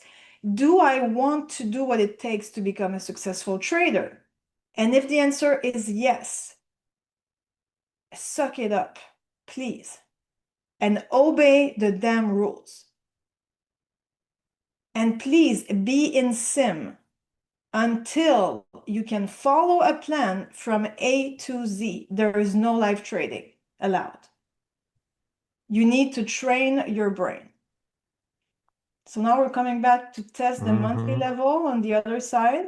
Yeah, if it goes back through 25, like if it goes back above that wick, I'll probably go ahead and take that and it's call it probably done. just another like shot at, hey people, if you missed the short in the monthly level, well, you can go back in right now. Thank you for your, you know, that's what they do. They have a breakout and they go for the level. It's like when I take an R4 breakout. Like for me, that would be where I'm interested to take a trade. I prefer for the breakout to test again.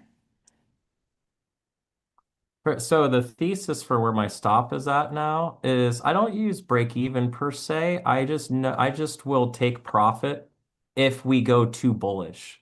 So with this large sell, we really should not come back up through it. And if we do, we're certainly not going to stop before we get to my trigger. So at this point, like that's close enough to me to say, hey, it's too close. Right. Like, so, and since again, when you start trading larger contracts, like if I was trading micros and I had like 2 contracts of micros, I don't have to be so sensitive. But here, you know, I do. So I'm going to go out here. So, I mean, I ended up actually taking 3 trades today and each one was a base hit, but it ends up being a pretty nice day overall. Are you So, out? yeah, it came back up to where my entry's at. So, or almost to my entry. So I took about $1,000 on that one and we're done. So, All meh, right.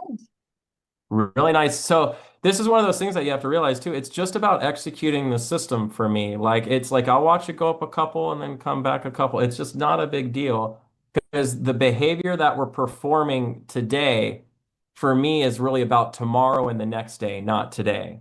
Like what I don't want to do if the market and is, you know, gets all weird is just start like trying to figure stuff out and make it work. Because even if it does work, the effort that I put in won't translate till tomorrow. So it's just not worth it. So I'll let it come back up, but you know, it's a nice day. Like not every day has to be the catch the big trend. You know, we already saw Dr. V catch a smoking trade there. So I mean, heck yeah. Like, I mean, what a great short she had. So I mean, it's perfect. Thank you so much. Thank you guys for sharing, for asking questions, for interacting with us. We want to be as useful as possible to your journey. And I see like 2 people. I want to reply to you, but maybe next week. Okay. So Helga, I did lose a lot of money when I started trading because I was live too soon. And then Gain is asking like, can I go over my system? So I do that every Wednesday during my lunch session at BBT that I will jump in right now, or we can go over that next week during the YouTube, of course. Absolutely. I actually just opened the room for that lunch session so Thank people can you. start coming into it. So make sure, everybody, if you want to know more about this and trading futures, right? Dr. V goes in there and she will tell you everything you need to know about doing any of this stuff, including her system. So we appreciate you all so much. If you're in New York, find us on Friday and we'll see you there. So talk to you later, everybody.